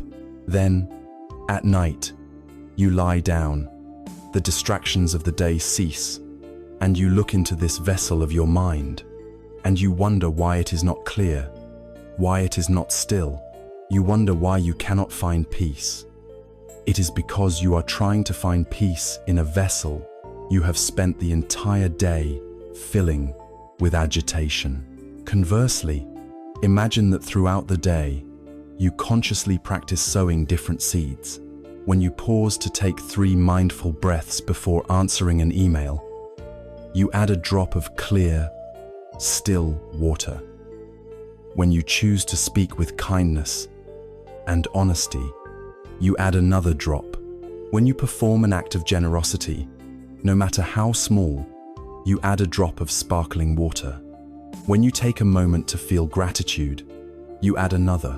When you tend to your tasks with focused, calm attention, you are adding drop after drop of clarity. By the end of the day, your vessel is filled with liquid that is clear, bright, and still. When you lie down at night, the peace you seek is already present. It is the natural condition of a mind that has been well tended. To make this less abstract, the Buddhist tradition offers a set of practical guidelines for this skillful gardening. They are known as the 5 precepts. These are not commandments from a god, but are trainings we voluntarily undertake to protect our own peace of mind. Think of them as a fence we build around our garden to protect it from harm. The first is to refrain from intentionally taking a life or causing harm. This cultivates a mind of gentleness and compassion, free from the heavy burden of violence and guilt. The second is to refrain from taking what is not freely given. This cultivates a mind of integrity and contentment, free from the anxiety of dishonesty. The third is to refrain from sexual misconduct, from using sexuality to harm ourselves or others. This cultivates a mind of respect and clarity, free from the turmoil of complication and deceit. The fourth is to refrain from false speech. This is immensely powerful. It means refraining from lying, from harsh and abusive words, from speech that divides people, and from idle chatter that just adds noise to the world. A mind that practices truthful, kind, and beneficial speech is a mind that can rest at night, free from the echoes of its own negativity. The fifth is to refrain from intoxicants that cloud the mind and lead to heedlessness. This is a commitment to clarity, to being present with our lives, rather than trying to escape from them. When we live by these guidelines, even imperfectly, we are systematically reducing the amount of agitation, regret, and conflict we sow in our lives. We go to bed with a lighter conscience, and a light conscience makes for a soft pillow. We are no longer living a life at odds with our desire for peace. Our actions during the day become a direct support for our rest at night. So the practice is to become the wise gardener of your waking hours. This doesn't require you to retreat to a monastery. It can be practiced in the midst of a busy life. It is the simple intention to bring awareness to your actions. When you are walking to your car, feel the sensation of your feet on the pavement. When you are drinking a cup of tea, actually taste the tea. When you are listening to someone, truly listen, without rehearsing your reply. Each moment of mindfulness is a seed of peace. Each conscious choice to act with kindness is a seed of peace. Karma, therefore, is not a doctrine of fate. It is a doctrine of radical empowerment. It tells us that we are the architects of our own lives, the creators of our own mental states. The peace you seek for tonight did not begin tonight. It began this morning. It is being shaped by your choices in this very moment.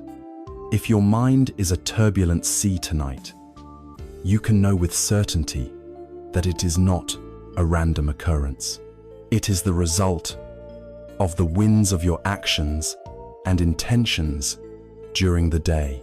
And the empowering truth is that you can learn to work with those winds. You can learn to set a different course, but to do that, you must become conscious of the most powerful force that directs your actions, the force of your own intention. We have seen that our intentional actions, our karma, are the seeds that create the garden of our experience. An action, a word, or a thought born of a wholesome intention leads to peace, while one born of an unwholesome intention leads to agitation. This places the quality of our intention at the very center of our path. It is the rudder of our ship, the compass that guides us through the turbulent waters of life. The Buddha recognized its supreme importance by making it the second step on the Noble Eightfold Path. It is called Samma Sankappa, or right intention. Understanding and cultivating right intention is what transforms our struggle with sleep from a battle of brute force into an act of profound wisdom and grace. In our modern language, we often confuse intention with wanting or desire, but in this teaching, they are worlds apart. Wanting, which in Pali is called tanha, is the energy of craving and thirst. It comes from a feeling of lack. It says, I don't have this, and I must get it to be happy. It is tense, demanding, and contractive.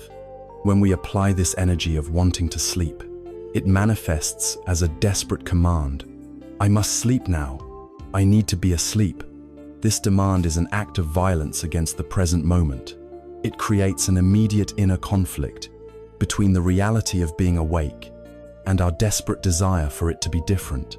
This conflict generates stress, floods the body with adrenaline, and makes sleep, which requires relaxation, utterly impossible. Wanting is the energy of a clenched fist. Right intention, or sankappa, is a completely different quality of mind. It is not a demanding craving, but a gentle, heartfelt aspiration. It is an orientation of the heart, a conscious choice about the direction we want to move in. It is spacious, patient, and rooted in wisdom and kindness, not in lack. An intention does not demand a specific outcome on a specific timeline. It simply sets a course. It is the energy of an open hand, gently pointing the way. When we apply right intention to sleep, it sounds not like a command, but like a compassionate wish. May my body and mind find the peaceful rest they need. I now create the space for sleep to arise when it is ready. Can you feel the difference? One is a declaration of war. The other is an invitation to peace. There is a beautiful metaphor for this.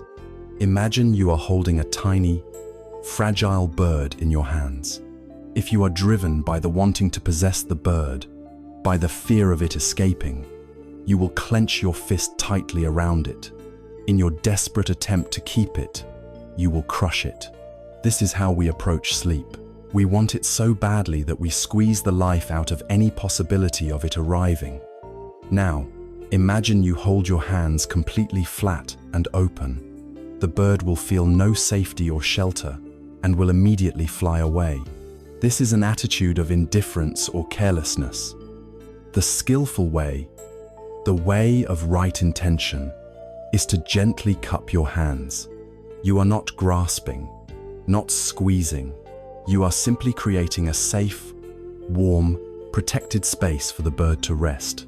You are honoring its nature, and in feeling that safety, it willingly stays. We must learn to hold our wish for sleep in the same way we would hold a small bird, with a gentle, caring, and protective touch, not with a demanding grip. The Buddha described 3 specific types of right intention. These are 3 qualities of mind we can consciously cultivate, especially as we prepare for rest.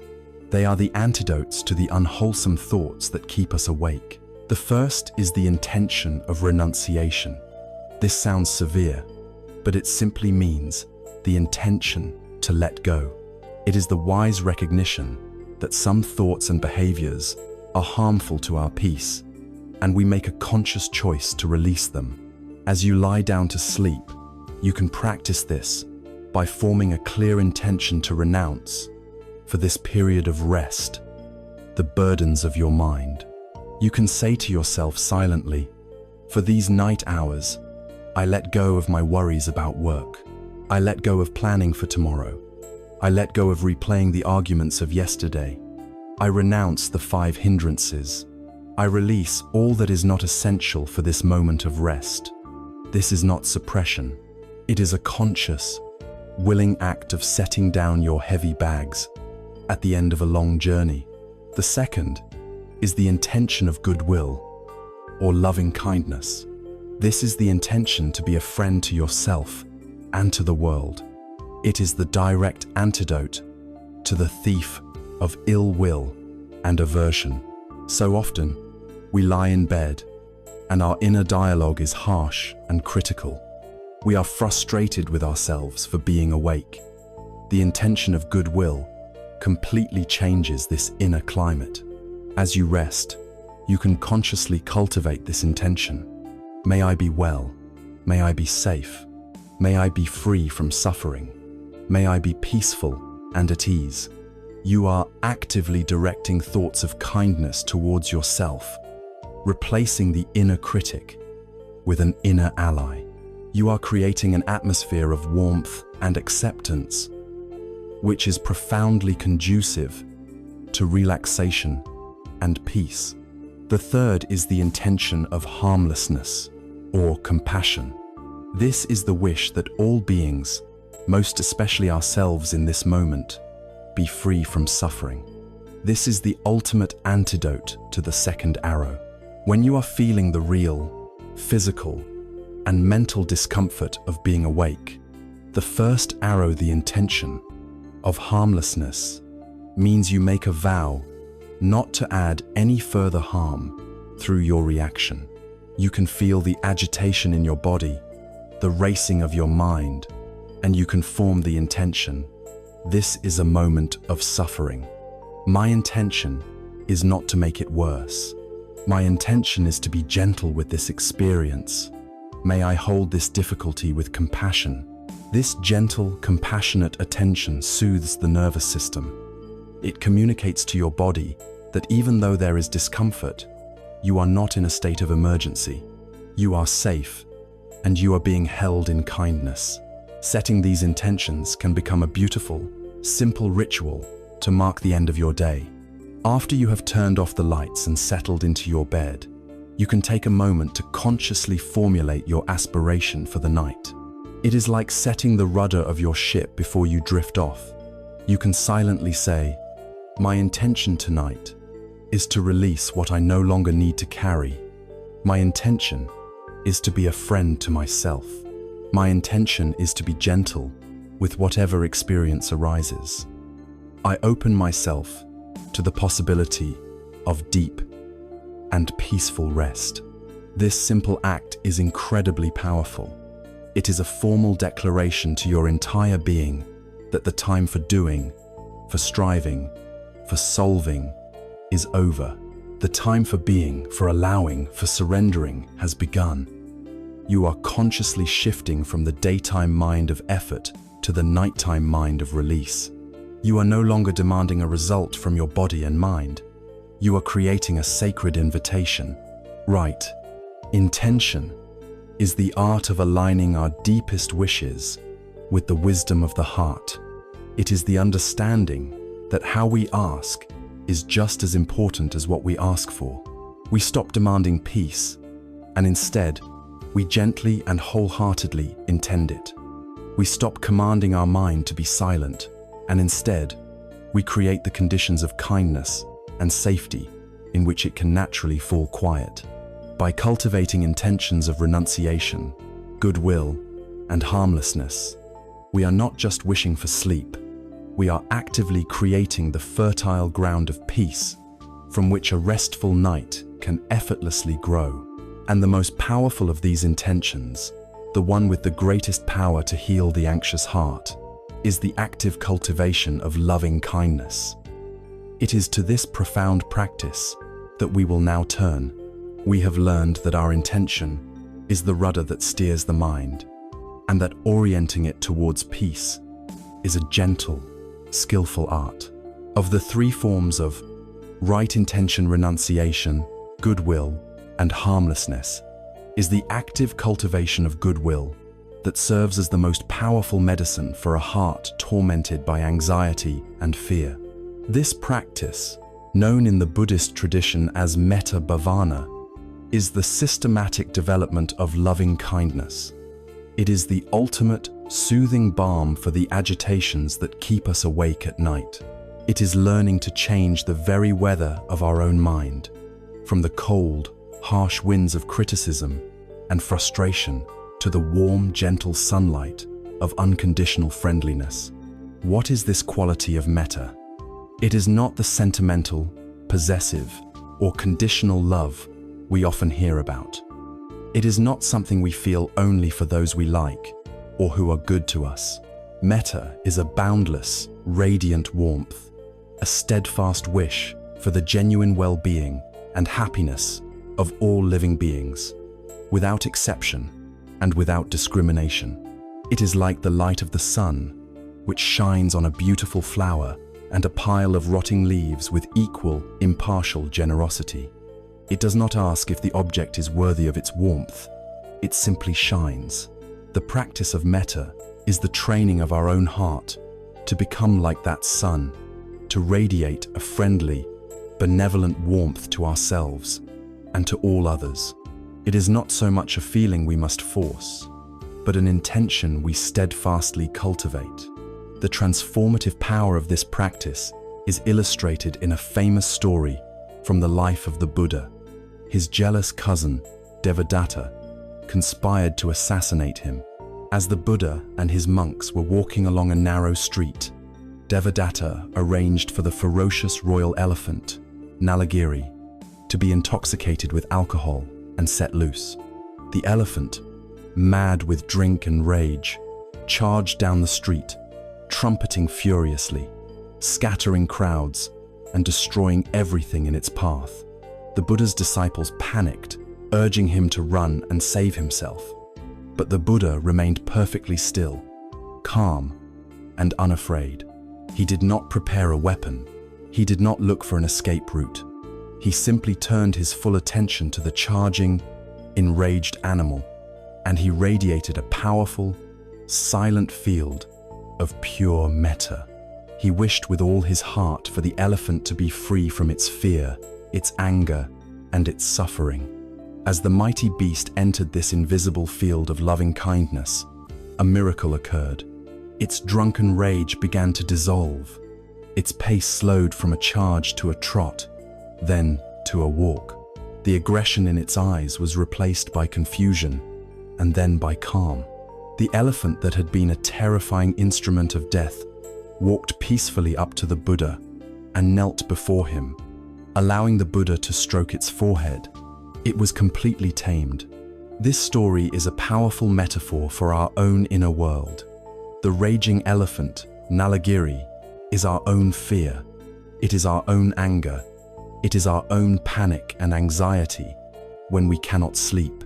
These states can feel immense, powerful, and utterly overwhelming. Our usual response is to do what the disciples did. We panic, we run, we try to fight it. But this only exhausts us and gives the elephant more power. The Buddha shows us another way. The way is to meet these terrifying inner states, not with more violence or fear, but with the disarming, transformative power of metta. We can learn to radiate loving kindness towards our own anxiety, towards our own frustration, and in the face of this radical friendliness, these inner demons lose their power. The practice of cultivating metta is a gentle, structured meditation. You can do it as you lie in bed, using the traditional phrases as a kind of inner lullaby. The practice unfolds in 5 stages. The first and most important stage is directing loving kindness towards yourself. This is the absolute foundation. We cannot offer water to others from a dry well. So often, especially when we are struggling, we are cruelest to ourselves. Metta practice begins by reversing this habit. You can place a hand on your heart if it helps to generate a feeling of warmth and tenderness. Then, you silently and gently repeat a series of phrases, letting the intention behind the words be what matters most. The classic phrases are, "May I be safe," "May I be healthy," "May I be happy," "May I live with ease." Repeat them slowly, over and over. May I be safe. May I be healthy. May I be happy. May I live with ease. Let these words be a gentle balm for your own wounded heart. You are not asserting that you are all these things right now, but you are planting the seeds of this heartfelt wish. Once you have spent some time offering this kindness to yourself, you move to the second stage, a benefactor or a dear friend. Bring to mind someone who has been kind to you, someone for whom you feel natural gratitude and affection. It could be a teacher, a friend, a family member, or even a pet. Picture them clearly in your mind's eye, and now direct the same wishes towards them. May you be safe. May you be healthy. May you be happy. May you live with ease. Feel your heart opening outwards, sending this warmth to another being. The third stage is to think of a neutral person. This is someone you see in your daily life, but have no strong feelings about: a cashier at the grocery store, a person you see on the bus, a neighbor you only know by sight. This stage is important because it begins to break down the walls of indifference we build around ourselves. This person, just like you, wishes to be happy and to be free from suffering. So you hold their image in your mind and extend the same phrases. May you be safe. May you be healthy. May you be happy. May you live with ease. The fourth stage is to work with a difficult person. This is a more advanced practice, and it should be approached with care. Bring to mind someone with whom you have a strained or painful relationship. The point here is not to condone their harmful actions or to force yourself to like them. It is an act of liberation for your own heart. You recognize that their harmful actions likely come from their own deep suffering and confusion. Holding on to anger and resentment only harms you. So, as an act of healing for yourself, you try to extend the wish. May you be free from your own suffering. May you be happy. If this feels too difficult, that is perfectly okay. You can simply return to offering metta to yourself. The fifth and final stage is the expansion to all beings. From yourself to your friend, to the neutral person, to the difficult person, you now begin to radiate this feeling of loving kindness outwards in all directions, to all people in your home, in your city, in your country, to all people on this earth, to all animals, all creatures seen and unseen, to all beings in all realms of existence. May all beings everywhere be safe. May all beings be healthy. May all beings be happy. May all beings live with ease. You let your heart become boundless, like the sun, shining its warmth on the entire universe without exception. Performing this practice, even just the first stage of offering kindness to yourself, has a profound effect on your inner landscape. It systematically dismantles the states of ill will, judgment, and fear. It changes the inner narrative from one of conflict to one of friendship. When your mind is a friendly place, you feel safe. This deep internal sense of safety is the absolute prerequisite for true relaxation. It is what allows the hypervigilant part of our nervous system to finally stand down. It allows us to let go of our armor and to feel at home in our own skin, in our own mind. Metta practice builds an inner refuge, a sanctuary of warmth that you can return to anytime you feel lost or afraid. It is a radical act of heart training. It is a declaration that you will no longer participate in the habit of self-criticism and fear. You are choosing, with gentle persistence, to cultivate a heart that is soft, open, and friendly. This friendliness is the most powerful antidote to the anxieties that haunt the night. As you lie in bed tonight, try this simple experiment. Forget everything else and just offer yourself these simple wishes. May I be safe. May I be happy. You are learning to soothe yourself with the power of your own heart. And this wish for your own happiness, for your own well-being, naturally gives rise to its beautiful twin, the wish for your own freedom from suffering. This quality, known as compassion, teaches us how to befriend the very sleeplessness that troubles us. With the practice of metta, we learn to cultivate a heart of unconditional friendliness, a warm and gentle intention for the well-being of ourselves and all others. It is the sun that shines on the garden of our mind. But what happens when suffering is actively present? What happens when we are in the midst of the pain, the anxiety, the raw discomfort of a sleepless night? At this point, metta, the wish for happiness, naturally transforms into its beautiful twin sister, a quality known as karuna. This is the practice of compassion. If metta is the wish, may you be happy, karuna is the heartfelt response to suffering, the sincere and active wish, may you be free from your pain. It is the heart's trembling response to the cry of the world, and most importantly, to the cries from within our own being. Like loving kindness, compassion is a quality we often misunderstand. We tend to confuse it with pity. Pity looks down from a position of superiority. It creates distance. It says, "Oh, that poor thing over there," and in doing so, it separates us from the experience. Compassion, in contrast, is a joining. Its Latin root, compati, means to suffer with. It is the willingness to be present with suffering, to feel it with another, without being overwhelmed by it. It is not about taking on the pain as our own, but about having the courage and tenderness to stand with it, to acknowledge its reality. It is a recognition of our shared vulnerability, our shared humanity. It is the heart's courageous and tender response to the truth of dukkha. In the Mahayana tradition of Buddhism, the embodiment of this boundless compassion is the bodhisattva known as Avalokiteshvara, or Kuan Yin.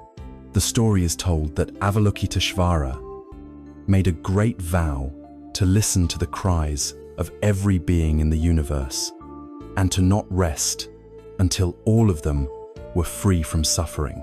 As he listened, he began to hear the immense, unending ocean of pain in the world, the cries of fear, of loss, of anger, of loneliness.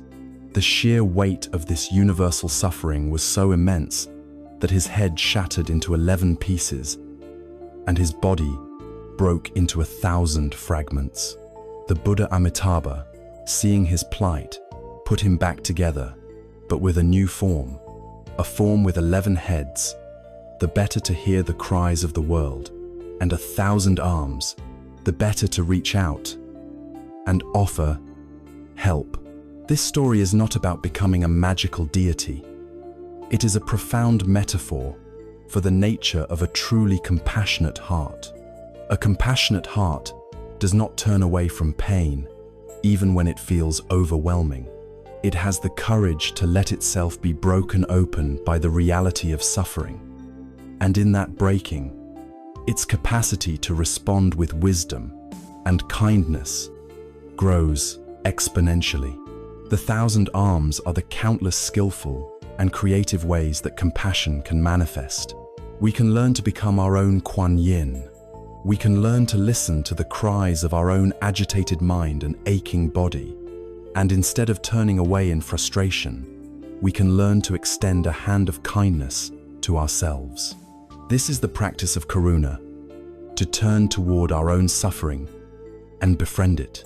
When you are lying in bed, tangled in the familiar knots of anxiety and restlessness, this practice becomes your most intimate and healing tool. It unfolds in a few simple yet profound steps. The first step is to simply and honestly acknowledge the suffering that is present. We drop the stories, the judgments, and the fight. We just name the reality of the experience. You can say to yourself, softly and silently, "This is difficult," or "There is pain here," or simply, "Suffering is present." This act of honest labeling stops the war. You are no longer pretending things are different than they are. You are meeting reality on its own terms. The second step is to gently turn your attention toward the discomfort, rather than instinctively trying to escape it. Where do you feel the suffering in your body? Is the anxiety a tightness in your chest? Is it a frantic, buzzing energy in your arms and legs? Is it a hollow feeling in the pit of your stomach? Without judgment, you simply let your awareness rest on these physical sensations. You become a kind and curious explorer of your own inner landscape. The third step is to offer yourself a compassionate inner dialogue. This is like speaking to a small, frightened child who has woken from a nightmare. You wouldn't yell at the child to go back to sleep. You would soothe them. You must learn to soothe yourself in the same way. You can say to your own pain, "I see you. I know you are here." You can say, "It's okay. I will stay with you." You don't have to be alone with this. You can even say, "I'm so sorry you are suffering like this right now." These words are not meant to fix anything. They are an offering. They are the gift of presence. They are one of Kuan Yin's 1,000 arms, reaching out to hold your own pain. The fourth step is to breathe with the discomfort. As you turn your attention to the tightness in your chest, you can practice breathing into it. As you inhale, you acknowledge the feeling without resistance. As you exhale, you imagine softening around it, creating more space for it. Breathing in, you feel the tension. Breathing out, you offer it gentleness. Again, you are not trying to make it go away. You are changing your relationship to it. You are moving from being at war with it to gently holding it in a spacious, kind awareness. The mechanism by which compassion works its magic is simple. It dissolves resistance. As we learned with the 2 arrows, our true torment comes not from the primary pain of sleeplessness, but from our frantic, angry, fearful resistance to it. Resistance is a state of tension. It is a contraction of the mind and body. Compassion is the opposite.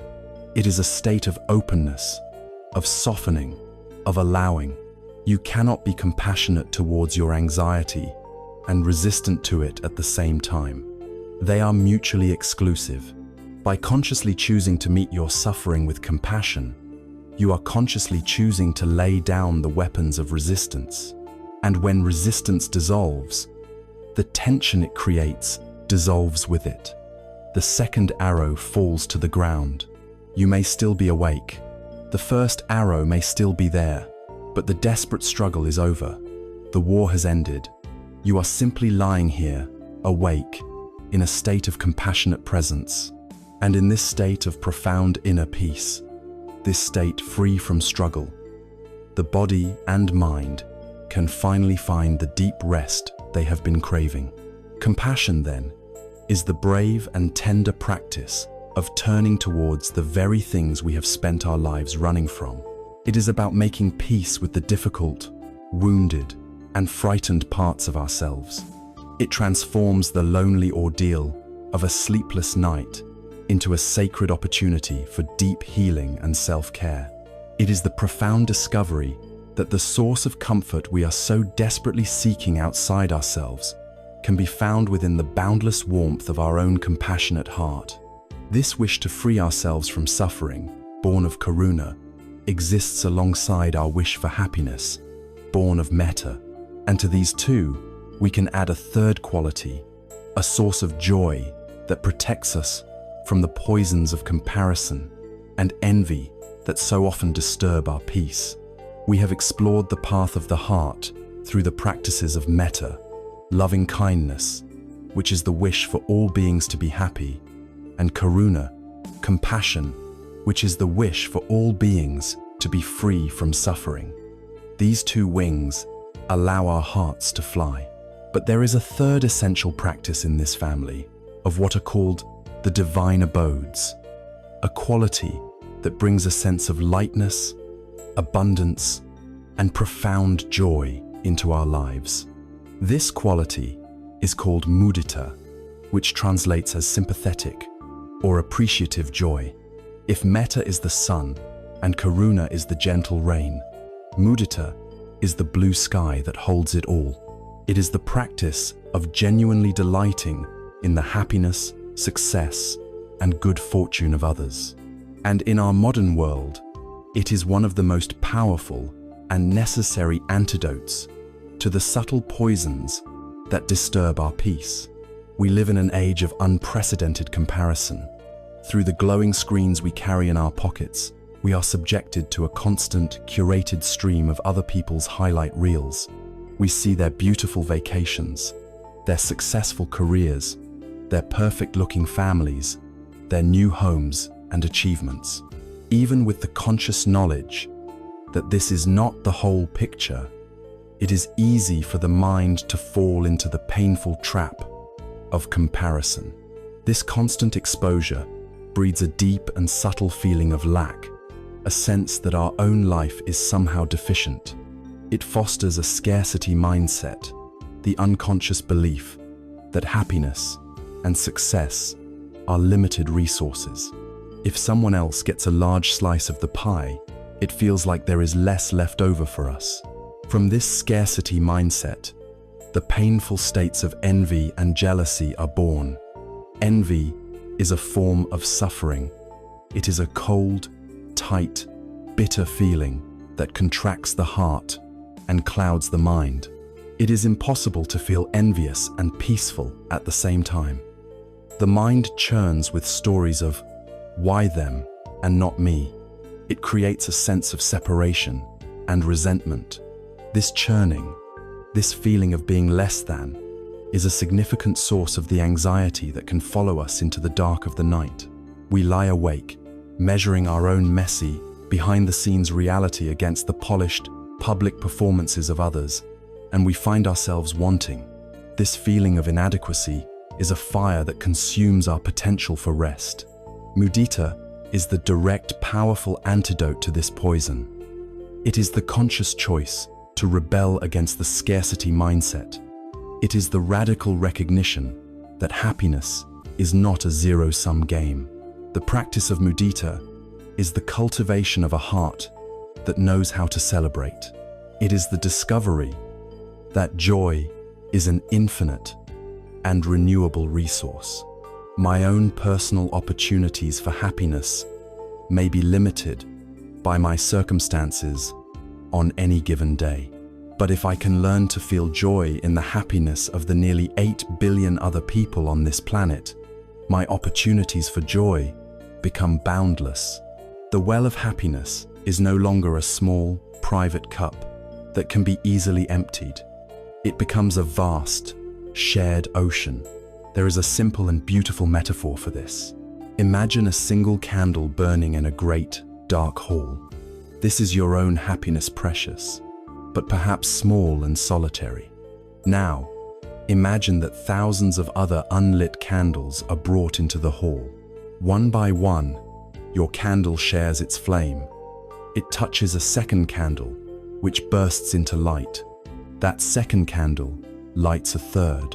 Soon, a chain reaction of light is spreading throughout the hall, until the entire space is filled with the brilliant, warm glow of thousands of flames. The darkness has vanished, replaced by an immense radiance. And here is the miracle. The original candle, your candle, has lost nothing. Its own flame has not been diminished in the slightest by sharing its light. In fact, it now gets to bask in the collective glow of all the other flames. Happiness is like this flame. Celebrating the happiness of another does not diminish your own. It multiplies the light in the world. Envy is the attempt to blow out someone else's candle in the mistaken belief that it will make your own shine brighter. Mudita is the wisdom of knowing that every candle lit only adds to the warmth and light for everyone. So how do we practice this? How do we train our hearts to rejoice? Like all these practices, we start where it is easiest. Begin by bringing to mind a dear friend or a loved one. Think of a recent success they've had, a moment of joy you know they have experienced. Perhaps they got a new job, fell in love, or simply had a wonderful, happy day. Instead of just letting this be a passing thought, hold it in your mind. Savor their happiness on their behalf. Feel the smile that comes to your face when you think of their good fortune. Then, you can use a set of phrases to amplify this feeling. Silently, you can wish them, "I am so happy for you. May your joy and your good fortune continue. May your happiness increase and not fade away." You are consciously watering the seed of their joy with your appreciative attention. From here, you can gradually expand the circle. You might practice with a neutral person. You see a group of strangers laughing together in a park. Your habitual mind might ignore them. The mudita practicing mind takes a moment to consciously connect with their joy. How wonderful, you think. They are happy. May their happiness continue. You hear about a colleague's accomplishment. The first flicker of a reaction might be envy, but you can catch that flicker and consciously replace it with mudita. You can make the choice to be happy for them, to celebrate their success as a victory for the human spirit. One of the most powerful arenas for this practice is the very place that so often cultivates envy: social media.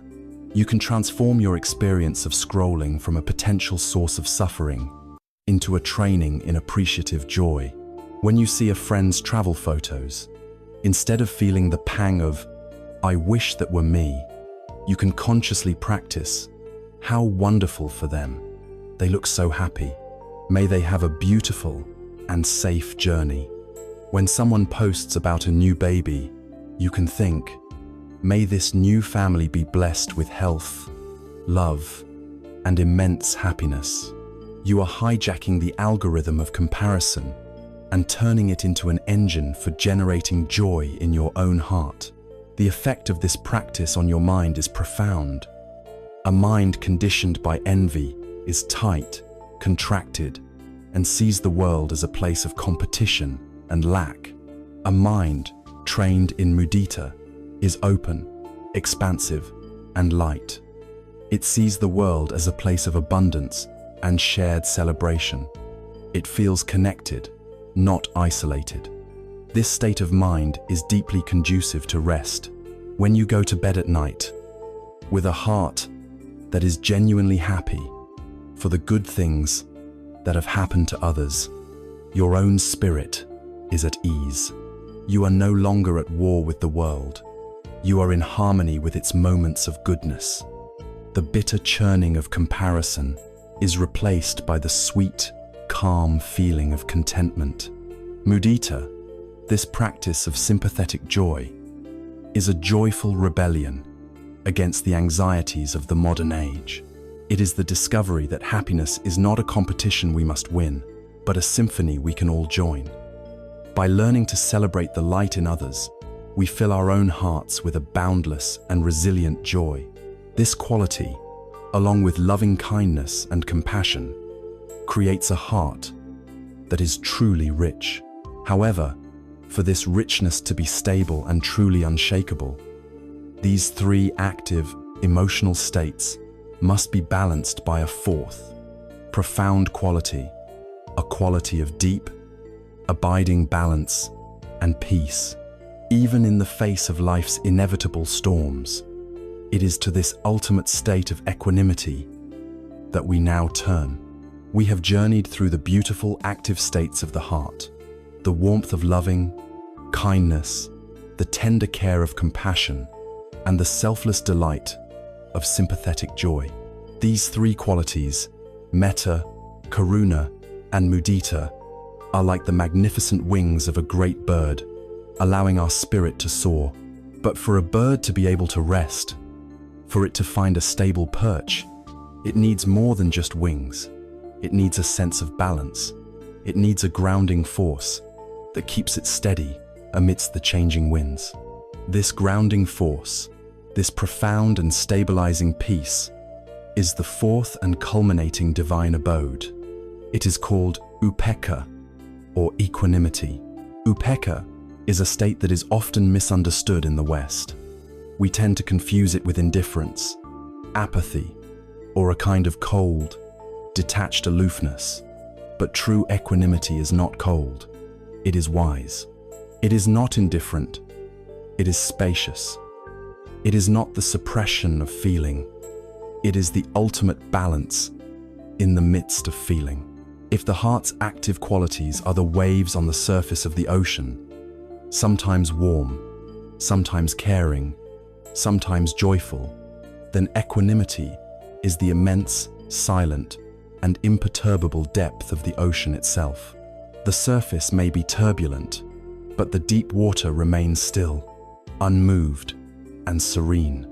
Upekkha is this deep, quiet stillness of the mind. It is a peace that is born not of avoiding life, but of seeing life with profound clarity. It is the natural fruit of a mind that has deeply understood the truths of impermanence, anicca, and not self, anatta. Because the equanimous mind sees that all experiences, pleasant and unpleasant, happy and sadar like clouds passing through the vast sky of awareness, it does not get hooked by them. It does not cling to the beautiful, fluffy white clouds or desperately try to push away the dark, stormy ones. It rests in its own sky-like nature, allowing all the weather of life to simply come and go. The ancient teachings describe 8 conditions of life that constantly blow upon us, like winds from the 4 corners of the earth. These are called the 8 worldly winds. They are gain and loss, pleasure and pain, praise and blame, and fame and disrepute. Our ordinary, untrained mind is like a leaf caught in these winds. When the wind of praise blows, we are lifted high into elation. When the wind of blame blows, we are dashed to the ground in despair. When we experience a gain, we are thrilled. When we experience a loss, we are devastated. Our inner peace is completely at the mercy of these external, uncontrollable conditions. This constant reactivity is the source of endless turmoil and exhaustion. Equanimity is the quality of being like a great, ancient mountain in the midst of these winds. The winds still blow. The mountain feels the heat of pleasure and the cold of pain. It hears the sound of praise and the roar of blame, but it is not moved. It does not get knocked off its foundation. It remains stable, grounded, and centered in its own immense presence. This is the unshakable peace that upekkha offers. There is no more powerful illustration of this than a story from the life of the Buddha. One day, a man who was very angry with the Buddha's teachings approached him and began to verbally abuse him in the most vile terms. He insulted his character, his family, and his message. The Buddha stood and listened with a calm, patient attention, without saying a word. The man continued his tirade until he was red in the face and exhausted, having run out of insults. When the man finally fell silent, the Buddha looked at him with kindness and asked a simple question. "My friend," he said, "if you prepare a gift for someone and you offer it to them, but that person does not accept your gift, to whom does the gift then belong?" The man, taken aback, thought for a moment and replied, "Well, if they don't accept it, it would still belong to me." The Buddha smiled gently and said, "Exactly so. For the last several minutes, you have been offering me the gift of your anger and your insults. I do not accept your gift." And with that, he turned and walked peacefully away, leaving the man utterly stunned and transformed by this profound display of unshakable equanimity. The Buddha's mind was like the mountain. He did not need to defend himself because he had a deep experiential understanding of not self, anatta. There was no solid, fragile ego to protect. He saw the anger as a phenomenon arising in the other man's mind, like a storm cloud. He did not take it personally. He did not accept the gift of the man's suffering, and so it remained the man's own. This is the practice of upekkha, learning to see pleasure and pain, praise and blame as gifts offered by the world, and realizing that we have the freedom to not accept them. We can let them be, without allowing them to disturb our inner home. The cultivation of equanimity is more subtle than the other three divine abodes. It grows naturally as our wisdom deepens, but we can practice it. The primary practice is to watch the mind's immediate reaction to experience. When you feel a pleasant sensation, notice the little hook of, "I like this, I want more." When you feel an unpleasant sensation, notice the immediate push of, "I don't like this." Make it stop. The practice of equanimity is to see this clinging and this aversion without judgment. In that moment of seeing, you can introduce a wise reflection, a silent whisper of, "This is how it is right now. This, too, shall pass." You are acknowledging reality without adding the second arrow of reactivity. You are gently returning your mind, again and again, to a place of spacious, balanced observation. This brings us directly to our experience with sleep. An ordinary mind, a mind without equanimity, is completely blown about by the winds of good sleep and bad sleep. On a night when sleep comes easily, we are filled with the pleasure of gain. On a night when we are restless, we are tormented by the pain of loss. Our peace is conditional, dependent on getting what we want. A mind trained in equanimity can learn to hold both of these experiences with a deep and abiding balance. When sleep is good, there is a quiet gratitude, but not an anxious, clinging, or fear that it won't happen again. When sleep is difficult, there is a clear recognition of the discomfort, but not a panic despair or a story of failure. The mind rests in the knowledge that this, too, is an impermanent state. The intention shifts from a demand for a specific outcome to a spacious allowing of what is. The aspiration becomes, "May I meet this night, whatever it may bring, with balance and peace." This is the ultimate form of non-resistance.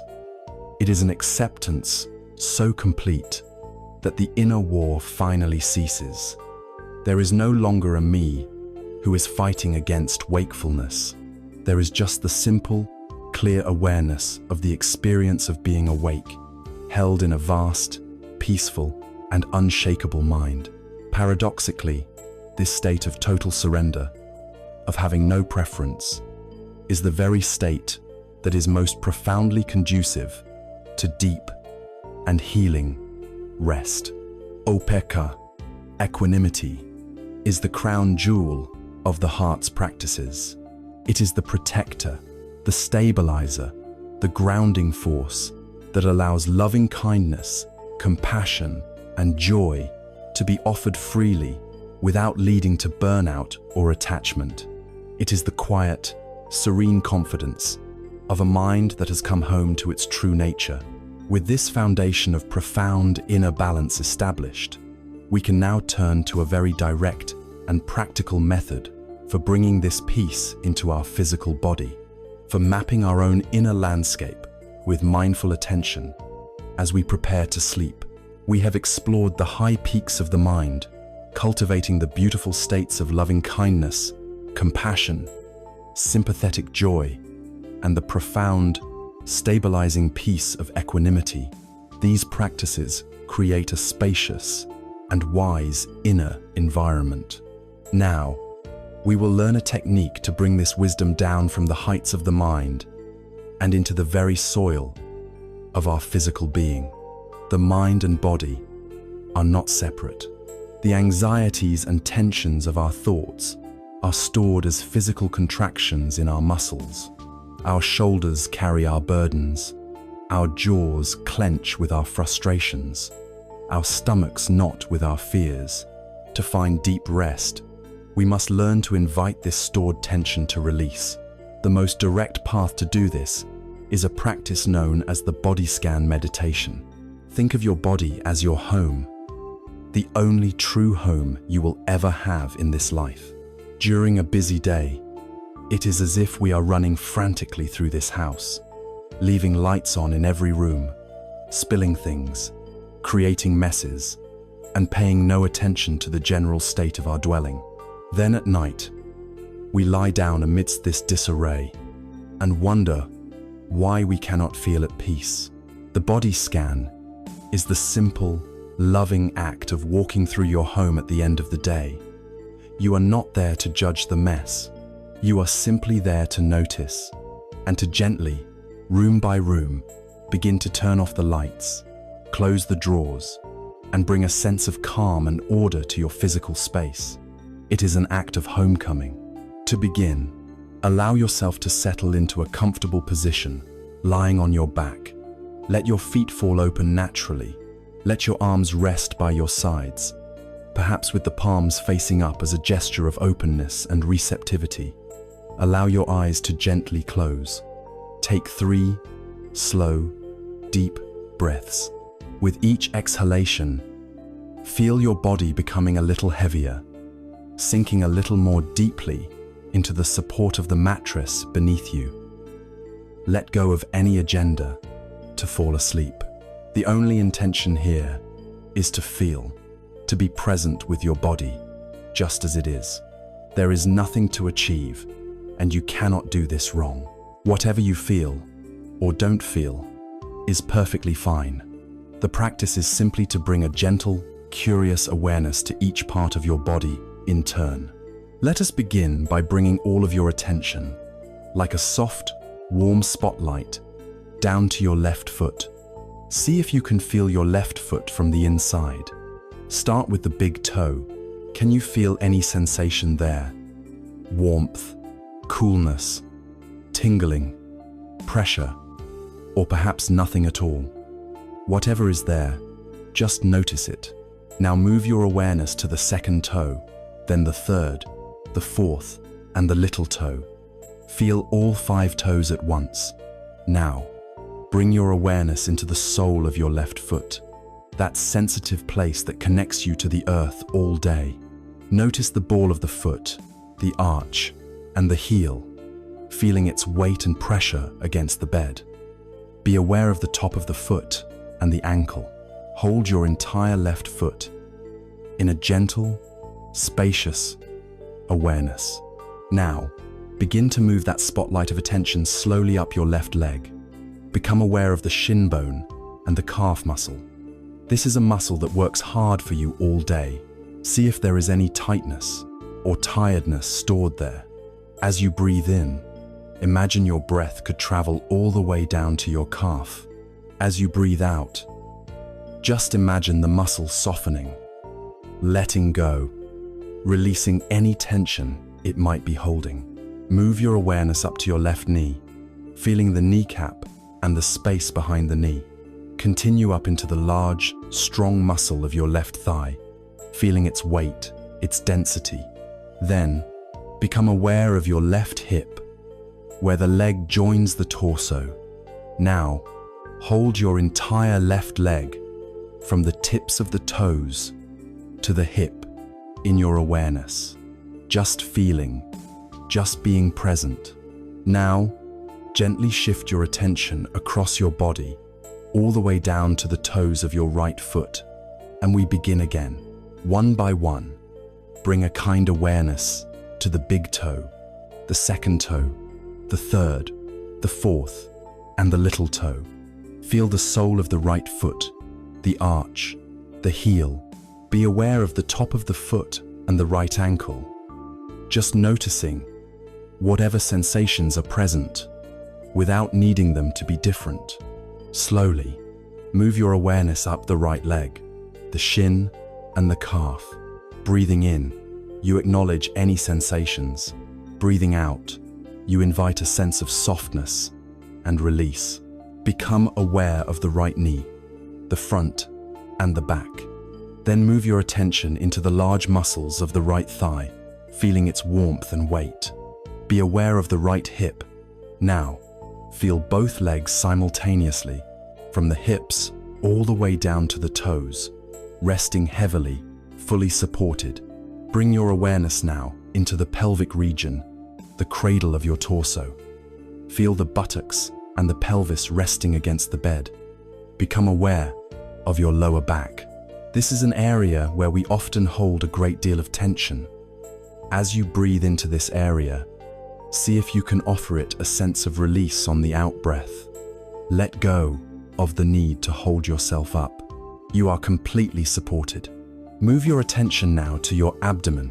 Feel the gentle, rhythmic rise and fall of your belly with each breath. This is the rhythm of life, happening all by itself. Rest your awareness here for a few moments, like a hand resting on your stomach. Then, bring your awareness up into your chest, feeling the more subtle movements of the ribs, expanding and contracting. Become aware of your heart center, without trying to feel anything special, just bringing a gentle attention to this space. Now, let your awareness travel down your left arm, all the way to your left hand. Feel the thumb, the index finger, the middle finger, the ring finger, and the little finger. Feel the palm of your hand, the back of your hand, and the wrist. Then travel up the forearm, the elbow, the upper arm, and into the left shoulder. The shoulders are like the coat hangers of the body. We hang so many of our burdens there. As you breathe out, see if you can allow your left shoulder to soften, to melt downwards, releasing its load. Repeat this process for the right arm. Bring your awareness down to the fingers of your right hand, one by one. The palm, the back of the hand, the wrist. Move up the right forearm, the elbow, the upper arm, and into the right shoulder. Again, with the out-breath, invite the right shoulder to release, to let go. Now bring your attention to your neck and throat. This is a narrow, vulnerable channel where tension can easily accumulate. Gently invite the muscles in your neck to soften. Let go of holding your head. Allow its full weight to be supported by the pillow. Finally, bring your awareness to your face, an area with so many small muscles that we unconsciously tighten. Become aware of your jaw. See if you can allow your upper and lower teeth to come slightly apart, releasing any clenching. Let your tongue rest softly in your mouth. Feel your lips, your cheeks. Bring a soft awareness to the tiny muscles around your eyes. Let your eyes be soft in their sockets. Become aware of your forehead and your brow. See if you can allow your forehead to become smooth and wide, releasing any furrows of worry. Then, be aware of your entire scalp. And finally, the whole of your head, resting heavily. Now, for a few final moments, expand your awareness to include your entire body at once, from the top of your head to the tips of your toes. Feel the whole body as a single, unified field of sensation. Feel the whole body breathing. Feel the gentle wave of the breath moving through this entire, peaceful home. You have now completed your journey. You have walked through every room of your physical home with kindness and attention. You have anchored your mind in the felt reality of your body, giving it no space to wander into the abstract worlds of past and future. You have given your body permission to release the tensions of the day. This is a profound act of self-care. There is nothing more to do. Simply let go of the practice and rest in the stillness and peace you have cultivated. And know that just as you can create a sacred and peaceful space within your body, you can also create one in the world around you, preparing a sanctuary for your rest. We have journeyed deeply inward, learning to bring a healing awareness to the landscape of the mind and body. We have practiced calming the restless mind with the anchor of the breath, and have learned to hold our inner experience with kindness and equanimity. Now, we turn our attention outwards, because the inner and outer worlds are not separate. They are mirrors of one another. A cluttered, chaotic, external environment tends to create a cluttered, chaotic mind. A peaceful, intentional environment helps to cultivate a peaceful, intentional mind. Therefore, the simple act of preparing our physical space for sleep can be a profound spiritual practice in itself. It is about consciously creating a sanctuary, a sacred space dedicated to the holy act of rest. For many of us in the modern world, the bedroom has ceased to be a sanctuary. It has become a multi-purpose entertainment and productivity hub. It is our movie theater, our office, our dining room, and our newsroom. We bring the frantic, stimulating energy of the entire world into the very space where we are supposed to find refuge from it. We lie in bed, scrolling through distressing news headlines, answering work emails, and watching exciting, violent, or dramatic television shows. Then, we turn off the screen and wonder why the mind continues to race with the same agitated energy we have just been feeding it. It is like trying to meditate in the middle of a noisy marketplace and wondering why we cannot find silence. The first step in creating a sacred space for sleep is to reclaim your bedroom's purpose. As much as possible, dedicate the bedroom to two things only: sleep and intimacy. This is a powerful form of behavioral conditioning. When you consistently remove stimulating activities from the bedroom, your brain begins to form a powerful association. It learns that entering this room means it is time to wind down, to soften, to let go. The room itself becomes a trigger for relaxation. Imagine a dedicated meditation hall or a temple. You would not bring your laptop in to work on a spreadsheet, nor would you eat a messy meal on the floor. You enter that space with an intention of quiet and respect. We must learn to treat our own bedroom with this same reverence. It is the temple in which our body and mind perform the sacred ritual of rejuvenation. To support this transition from the chaotic world to the peaceful sanctuary, we can create a buffer zone of time, a set of pre-sleep rituals. A large airplane cannot simply stop in mid-air and land on the runway. It requires a long, slow, gentle descent. Our nervous system is the same.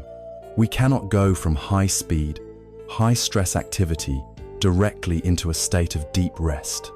We need a gentle runway for our mind to land. This runway is built from simple, mindful rituals. The most important of these in our age is the digital sunset. This means setting a firm time, at least 1 hour before you intend to be asleep, to turn off all screens. This means the television, the laptop, the tablet, and most importantly, the phone. This has a twofold benefit. Physiologically, the blue light emitted from these screens directly inhibits your brain's production of melatonin, the hormone that signals it is time to sleep. By turning them off, you are allowing your body's natural sleep cycle to begin.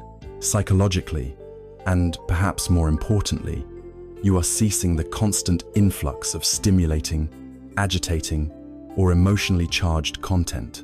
You are giving your mind a chance to exhale, to process the day, without adding new information to the pile. What do you do in this screen-free hour? You fill it with activities that are calming and nourishing.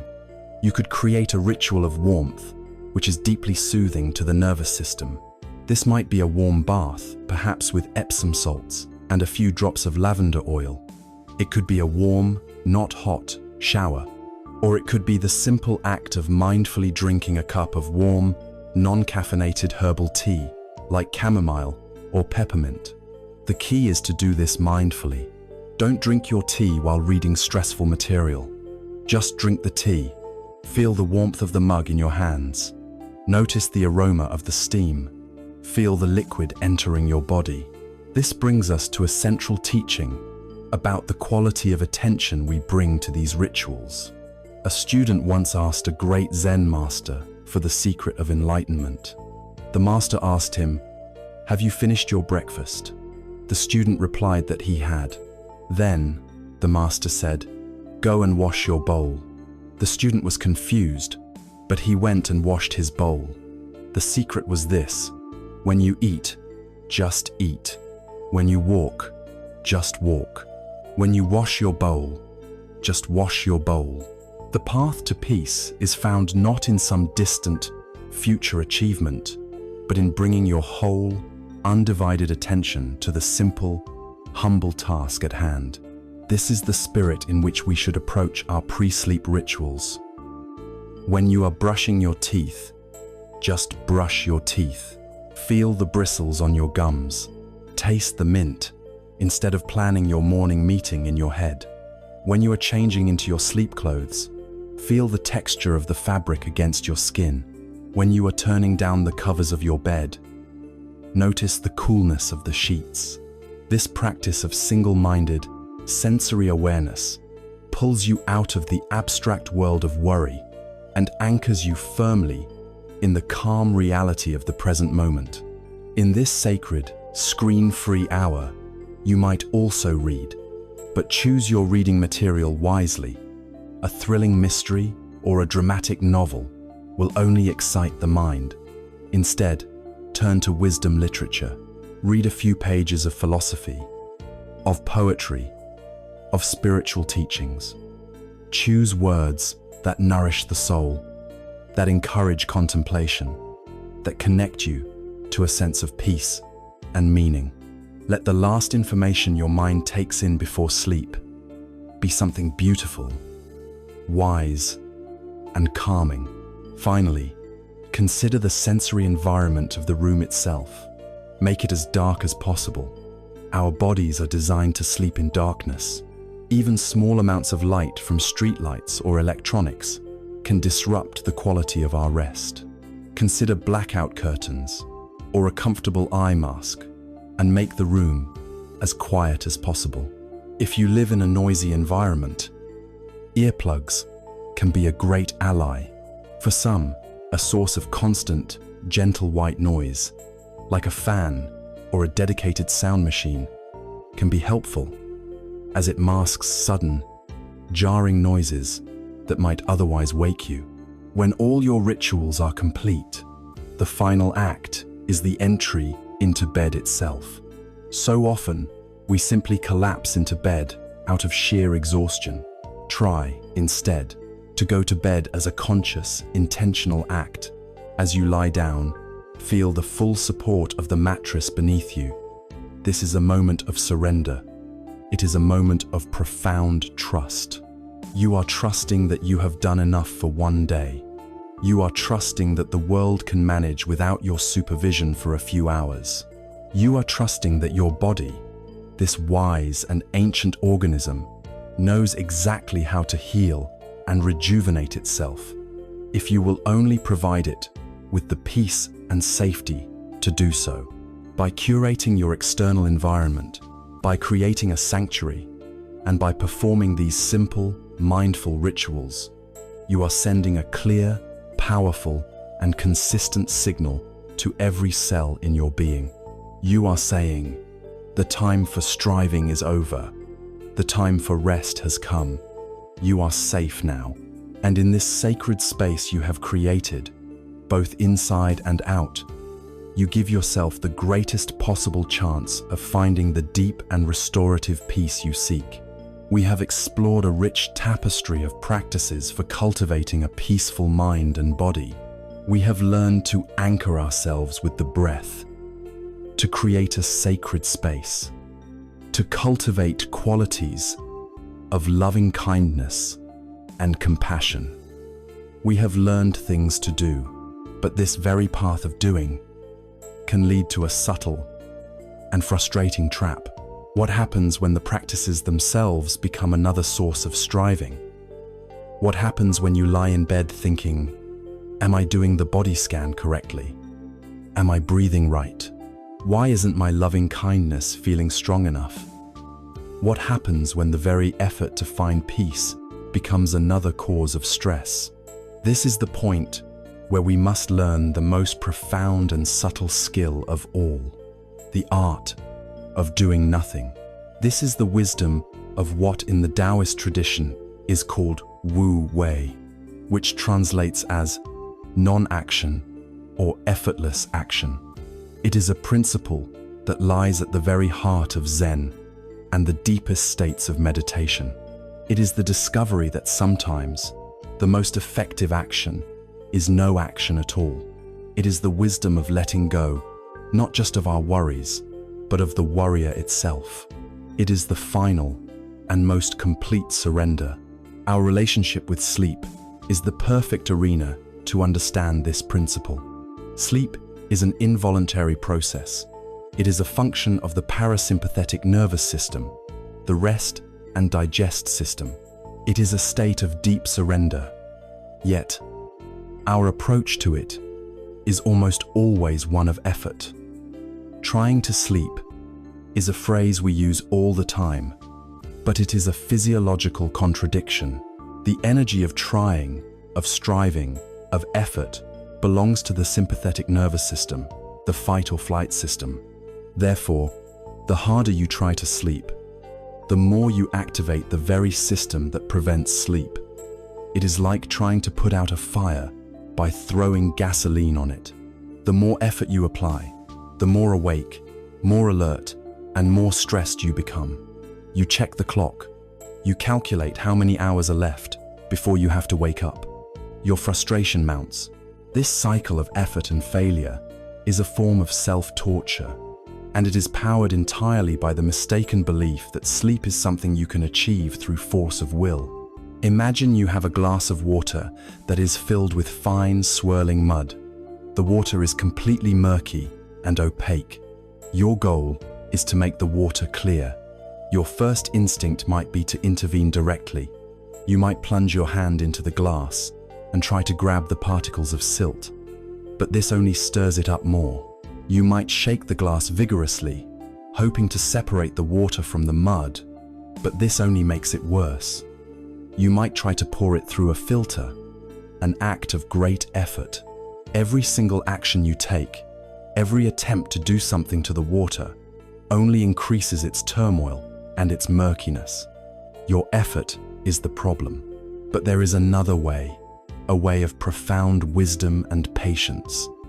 You can simply take the glass of muddy water, place it on a stable surface, and do nothing at all. You walk away, you let it be, you trust in the natural, silent law of gravity, and slowly, without any effort from you, the particles of mud begin to settle. The larger pieces fall first, then the smaller ones. Over time, a layer of sediment forms at the bottom, and the water above it becomes perfectly, effortlessly clear. Your mind is this glass of muddy water. Your racing thoughts, your worries, your anxieties are the silt.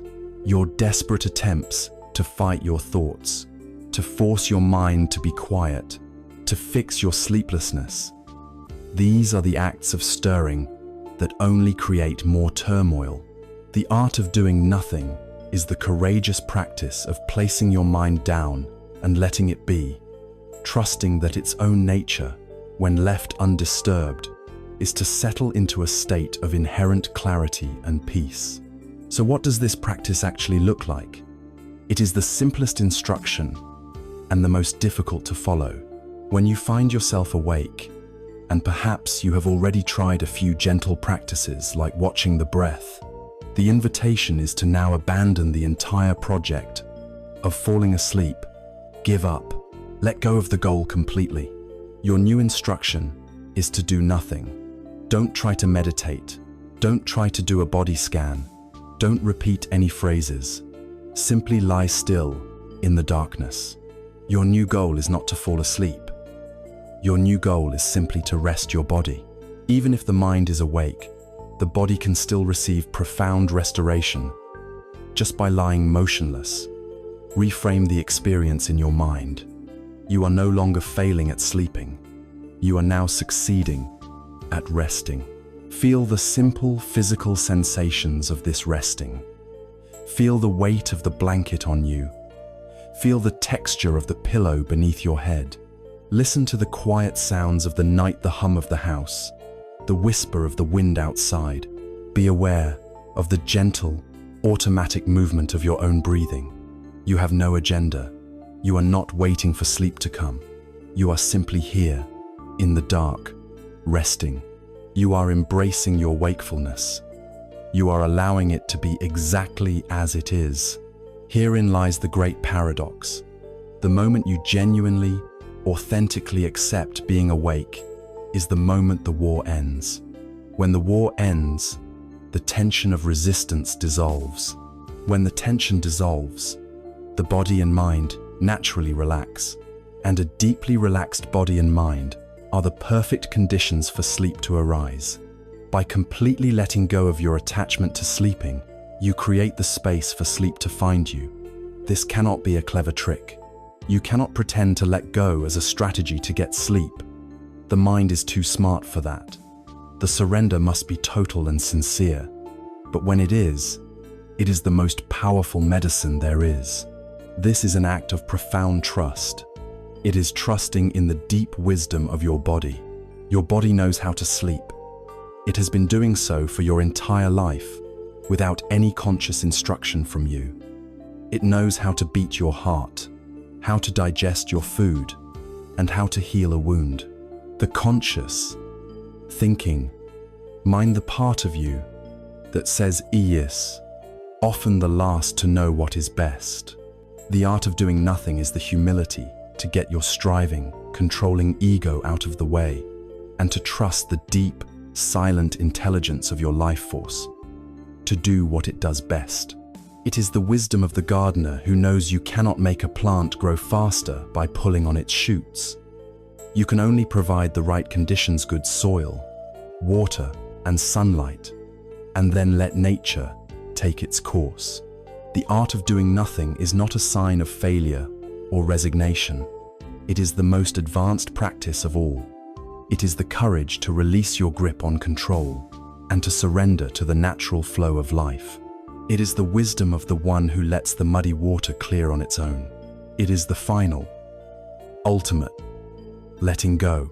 Having now explored the full spectrum of practice, from the active cultivation of virtue and mindfulness to this profound state of non-doing, we can now see how all these threads weave together into a single, seamless garment, a complete way of life that supports our peace, both day and night. It is this integrated vision, the Noble Eightfold Path, that we will now explore. We have journeyed through many different landscapes of the mind. We have explored specific techniques like the body scan, specific heart qualities like loving kindness, and specific wisdom teachings like impermanence and not self. Each of these is a powerful tool in its own right, but they are not meant to be a disconnected collection of spiritual hacks. They are all integral parts of a single, comprehensive, and elegant framework for a life of wisdom and peace. This framework is the culmination of the Buddha's teaching.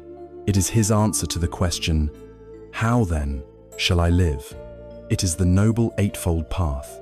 To understand this path is to understand that restful sleep is not a separate goal to be pursued in isolation.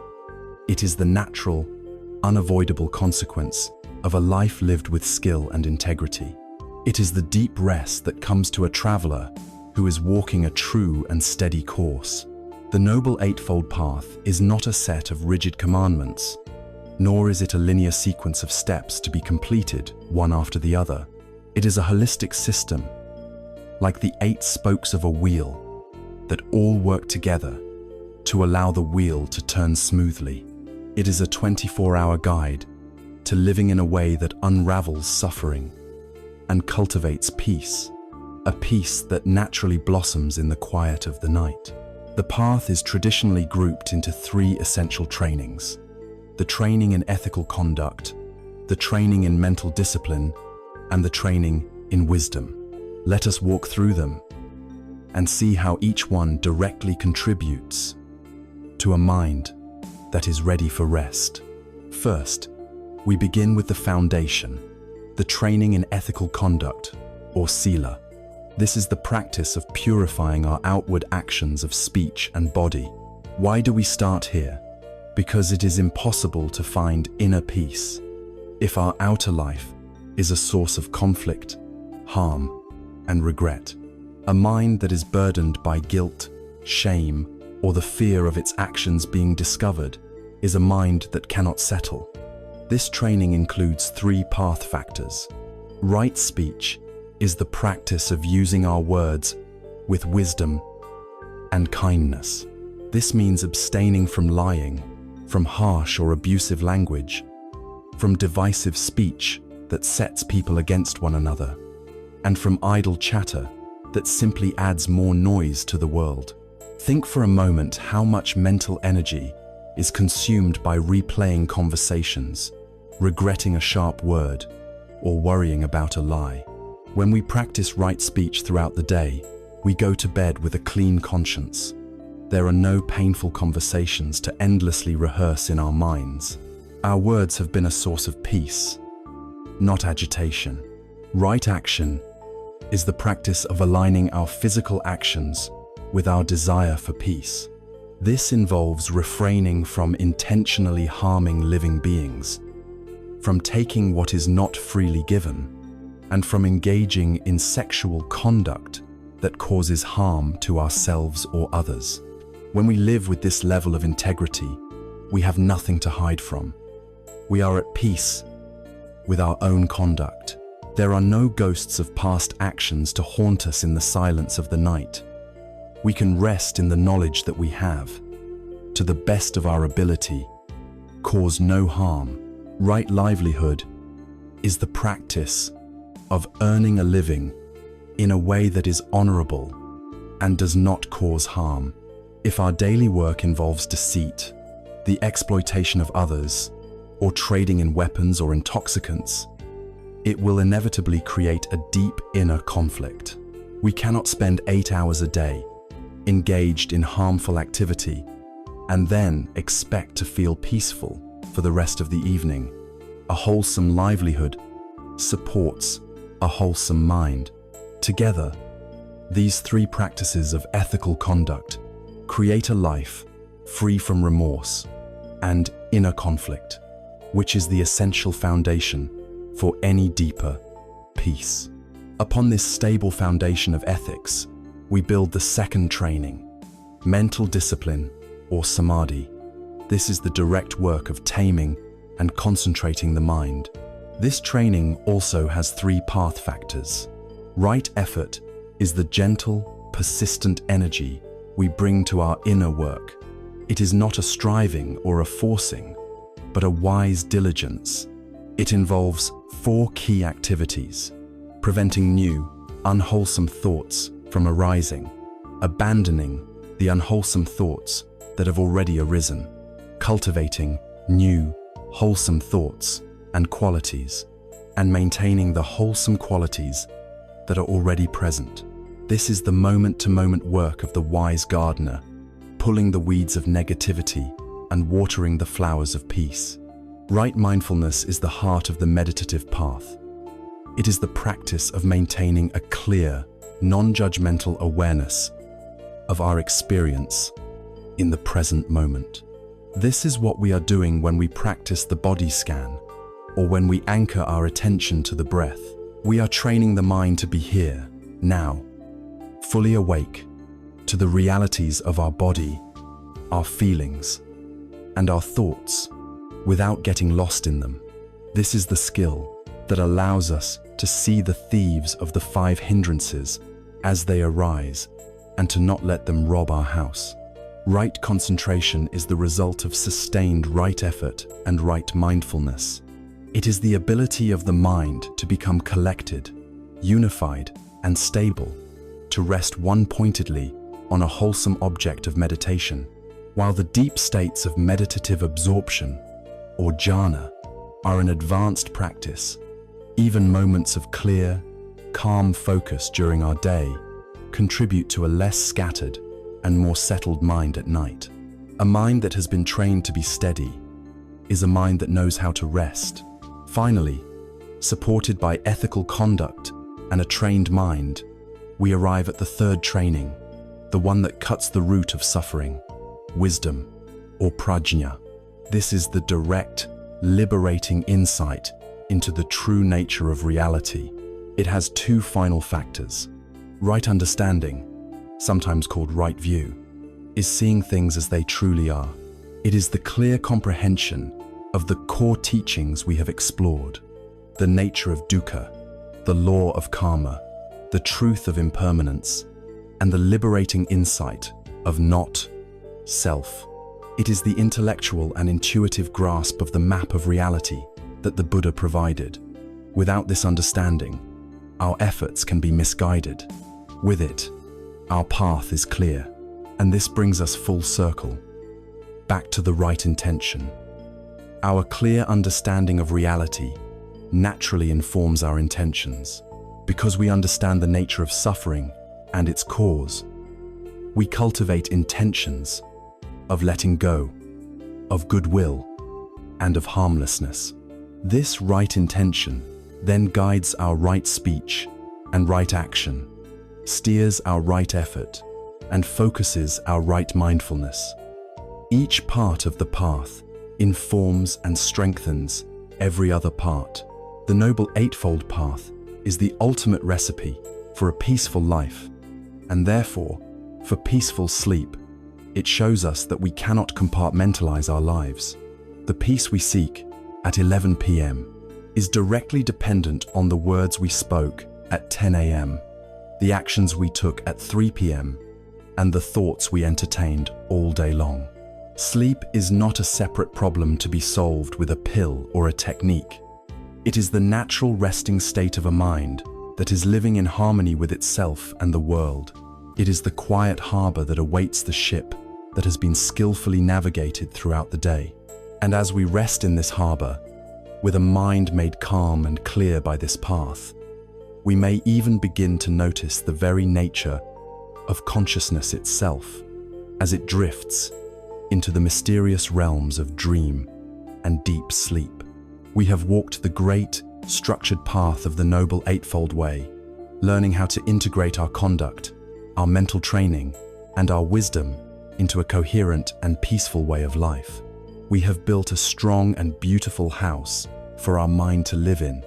Now, in the final stages of our journey for the night, we can venture into a more subtle and profound dimension of understanding. We can begin to look not just at the content of our thoughts, but at the very nature of thought itself. We can ask the question, what is a thought? And what is the mind in which it appears? This is a journey into the view known in the Mahayana tradition as sunyata, or emptiness. For most of our lives, we operate under a powerful, unexamined assumption.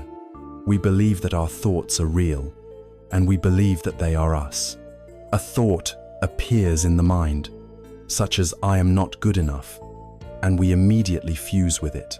We believe its content to be a true and accurate report on reality, and we identify with it completely, becoming a person who is not good enough.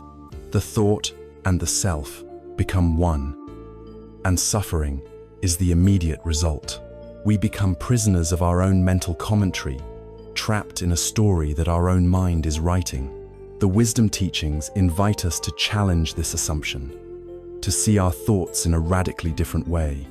They suggest that a thought is not a solid entity. It is not an objective fact. It is an impersonal event, a fleeting flicker of energy in the vast space of consciousness. It is like a bubble rising to the surface of the water, or a wisp of smoke curling in the air. It appears for a moment, due to a complex web of causes and condition-sparse memories, present sensations, bodily states, and then, just as quickly, it dissolves. The most powerful metaphor for understanding this relationship is to imagine that your mind, your true nature, is like a vast, open, limitless blue sky. This sky is your fundamental awareness. It is, by its nature, peaceful, clear, and spacious. It is always present. Now, imagine that your thoughts, feelings, memories, and sensations are the clouds that drift through this sky. Some clouds are light, white, and fluffy. These are your happy thoughts, your pleasant memories, your joyful feelings. Some clouds are gray and heavy with rain. These are your moments of sadness and grief. And some clouds are dark, turbulent, and flashing with lightning. These are your moments of anger, your panic, your deep-seated anxieties. Our habitual mistake is that we forget we are the sky. We identify completely with the clouds. When a dark storm cloud of anxiety rolls in, we think, "I am anxious." We shrink our entire identity down to the size and quality of that one cloud. We get lost inside its swirling darkness, believing that the whole sky has become the storm. We forget that beyond the storm cloud, the vast, clear, peaceful blue sky remains completely untouched, unstained, and unharmed. The sky is never damaged by even the most violent storm. The practice then, especially as you are lying here in a state of rest, is to shift your identification. Instead of being the cloud, you learn to rest as the sky. A thought of worry about tomorrow may drift in. Instead of grabbing onto it and becoming it, you can simply notice it. Ah, look at that. A worry cloud is drifting by. You watch it with a gentle, non-attached curiosity. You notice its shape, its texture, its color. You don't have to push it away. You don't have to make it leave. You simply allow it to be there, knowing that, like all clouds, it is just a temporary weather pattern. And if you watch it without feeding it your energy and belief, you will see it begin to lose its solidity, to become translucent, and to eventually dissolve back into the vast, empty space from which it arose. This quality of thoughts being like clouds, insubstantial, temporary, and not a part of the sky itself, is what is meant by emptiness. Emptiness here does not mean a terrifying nothingness or a void. It means empty of inherent, independent existence. A thought is empty because it has no power on its own. It is like an image in a dream. While you are dreaming, the dream tiger seems very real. It can make your heart pound with fear. But when you awaken, you realize it was just a fabrication of the mind, a flicker of consciousness, with no real substance. You see its empty nature. Thoughts are like these dream tigers.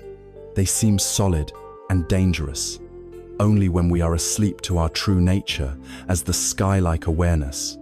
When we awaken to this awareness, we see that they are empty of any power to harm us. We can let the dream tigers of our anxieties and fears roam through the mind without being terrified by them, because we know they are not ultimately real. Another beautiful image for this is a perfectly still, clear lake. The surface of the lake reflects everything without discrimination. It reflects the moon, the stars, the drifting clouds, a bird flying past. The lake does not become the moon when it reflects the moon. It does not try to hold on to the reflection of the bird after it has flown away. It is not stained or disturbed by the reflection of a dark cloud. It simply allows all these transient reflections to appear and disappear on its surface, while its own deep, clear water remains pure and untroubled. A peaceful, equanimous mind is like this lake. It allows the reflections of all life's experiences, pleasant and unpleasanto, arise and pass away, without grasping, without resisting, without identifying. This understanding can profoundly transform our final moments before sleep. As you lie here, you can let your mind be like this sky, like this lake. You don't need to strive for a blank mind. That is just another form of struggle. Instead, you can allow the clouds of thought and the reflections of feeling to simply come and go. You rest as the silent, spacious witness of this passing show. There is no need to get involved. There is no need to manage it. You are the space in which it is all happening. This connects deeply to the experience of sleep itself. In deep, dreamless sleep, the thinking mind, the ego, the narrator who says, "I," completely disappears. The story of your life, your problems, your identity, it all dissolves. And yet, you do not cease to exist. There is a state of pure, restful, objectless being. This shows us that our fundamental nature is not this chattering, problem-solving ego. Our true nature is much closer to that silent, peaceful, empty awareness. The desire for sleep, from this perspective, is more than just a desire for physical rest. It is a deep, instinctual longing for this homecoming, for this temporary release from the burden of being a self. By seeing the empty, dreamlike nature of your own thoughts, you are preemptively letting go of that burden. You are allowing the ego to dissolve even before sleep arrives. You are resting in the peaceful, sky-like nature that is your birthright. You are not a prisoner of your mind. You are the boundless freedom in which the mind appears. Resting in this profound realization, you allow the final veils to drop, preparing you not just for a night of peace, but for an entirely new way of meeting the world when the sun rises. Our long journey through the landscapes of the night is drawing to a close. We began in the dark, feeling like a captive to a restless mind. We have since learned to find our anchor in the breath, to release the burdens of yesterday and the fears of tomorrow. We have met the thieves of the mind and learned to greet them with awareness. We have explored the profound truths of our shared human condition, of impermanence, and of the selfless nature of being. We have cultivated a heart of kindness, compassion, and joy, and have learned to rest in the unshakable peace of equanimity. We have even learned the ultimate skill, the art of doing nothing, of surrendering completely. And now, the first light of dawn begins to touch the horizon. The night is ending, and a new day is beginning. But the practice does not end here. In many ways, the true test of our practice, the true fruit of a peaceful night, is not found in the night itself, but in how we greet the morning. The ultimate purpose of finding rest is not merely to escape the world for a few hours, but to re-enter it with greater clarity, stability, and compassion. The peace we cultivate in the darkness is a precious resource, and how we spend the first few moments of our day will determine whether we carry that peace with us, or whether we squander it before our feet even touch the floor. Consider the way most of us begin our day. An abrasive alarm clock shocks us out of our slumber. The first conscious act is often a groan, a feeling of resistance to the day ahead. And then, almost instinctively, we reach for our phones. Before we have even taken a full, conscious breath, we are plunging our minds into a torrent of stimulation and stress. We are flooded with work emails demanding our attention, with news headlines designed to provoke fear and outrage, with the endless stream of social media which invites comparison and a feeling of inadequacy. In these first few moments, we take the clear, settled vessel of our rested mind and immediately begin pouring in the muddy water of the world's anxieties. We activate our fight or flight response before we have even left our bed, and we wonder why our days feel so stressful, so reactive, so lacking in peace. There is another way, we can choose to make the transition from the world of sleep to the world of wakefulness, a conscious, gentle, and sacred ritual. This ritual begins in the very instant you first become aware that you are awake. That moment is a precious threshold. Before you open your eyes, before you move a muscle, the practice can begin. The first practice is gratitude. Let the very first conscious thought of your day be one of simple appreciation. You do not need to feel a grand emotion, just a simple, silent acknowledgement. I am awake. My body is breathing. I have been given another day of life. In a world where so many have not been granted this gift, to simply acknowledge, it sets a tone of abundance and grace, rather than a tone of obligation and dread. The second practice is to reconnect with your anchor. Take 3 slow, gentle, conscious breaths. Don't force them, just feel them. Feel the air entering your body, a gift from the world. Feel your chest and belly softly rising and falling. In these 3 simple breaths, you are re-establishing your connection to the present moment. You are grounding yourself in your own body before the mind has a chance to be hijacked by the day's agenda. The third practice, born from this place of gratitude and presence, is to set a clear and beautiful intention for the day ahead. The great Zen master Thich Nhat Hanh offered a simple verse that serves as the most perfect model for this intention. As you lie there, you can bring these words to mind, making them your own vow for the hours to come. Waking up this morning, I smile. 24 brand new hours are before me. I vow to live fully in each moment and to look at all beings with eyes of compassion. Let us look at the profound wisdom in this simple vow. Waking up this morning, I smile. This is a gentle instruction to the body. A small, soft smile relaxes the hundreds of tiny muscles in your face and sends a direct signal to your brain that all is well. It is a simple, physical act that can change your entire chemistry. 24 brand new hours are before me. This is a recognition of the incredible gift of time. It is not an endless resource. Today is a precious, unrepeatable opportunity. I vow to live fully in each moment.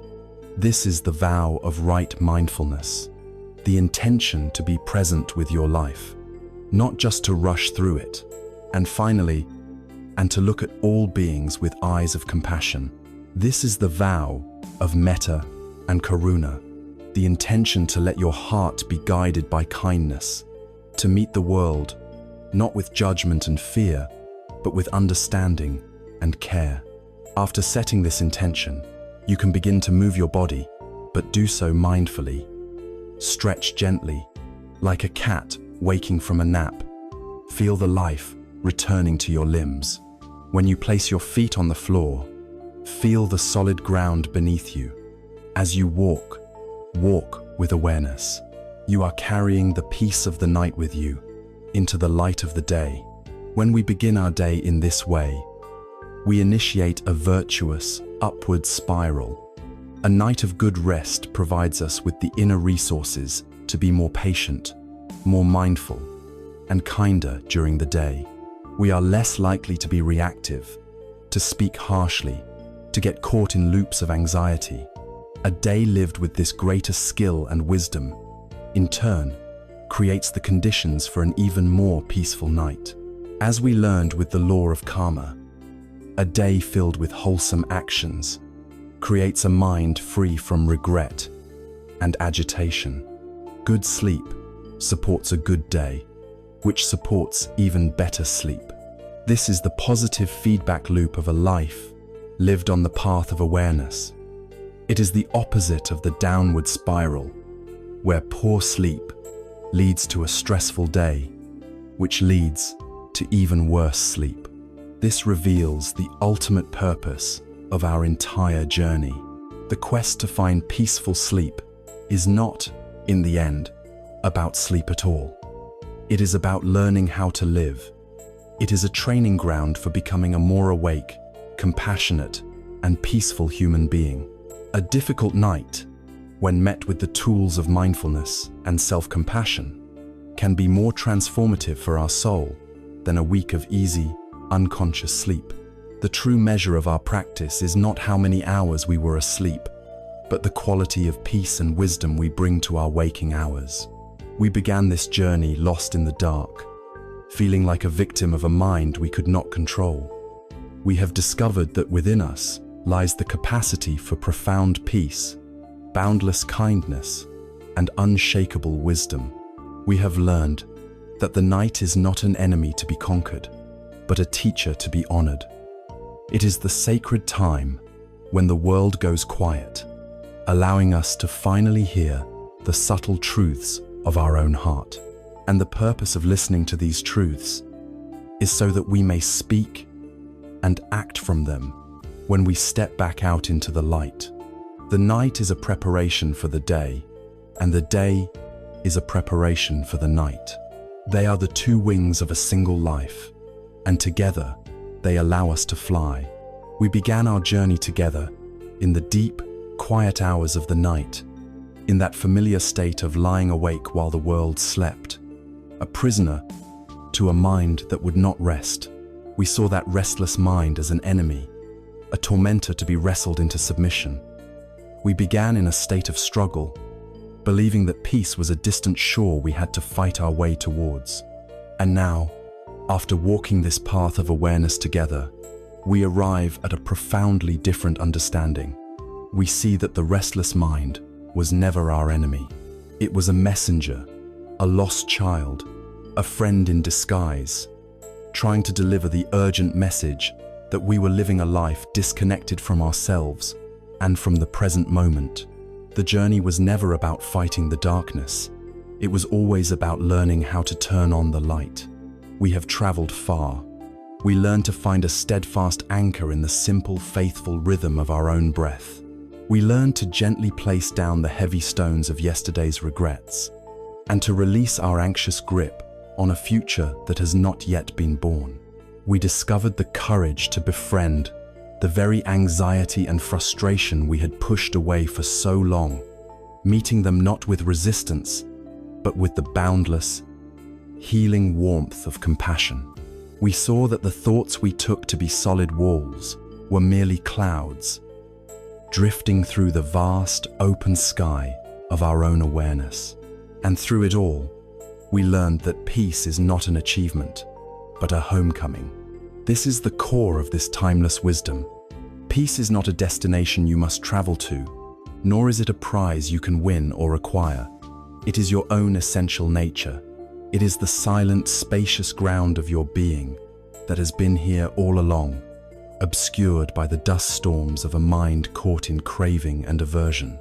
Restful, healing sleep is not something you can conquer by force. It is a natural grace that descends upon a mind that has come to a place of peace. It is the gift of surrender offered to a heart that is no longer at war with itself. And so, you are not helpless. You are not broken. You possess, within this very moment, all the tools you need to walk this path of awakening. The journey forward does not require you to perfectly master every teaching we have explored. It begins simply. It begins tonight, with a single, conscious breath. It begins with the gentle intention to befriend your own experience, whatever it may be. It begins with the quiet whisper of loving kindness, directed at your own struggling heart. The path to a peaceful night is the same as the path to a peaceful life, and it is built not of grand gestures, but of small, consistent moments of mindful, compassionate attention. May you find rest in the deep quiet of your own being. May you find peace in the sanctuary of your own heart. And may the rest you find tonight give you the clarity and compassion to meet the new day, fully and beautifully awake.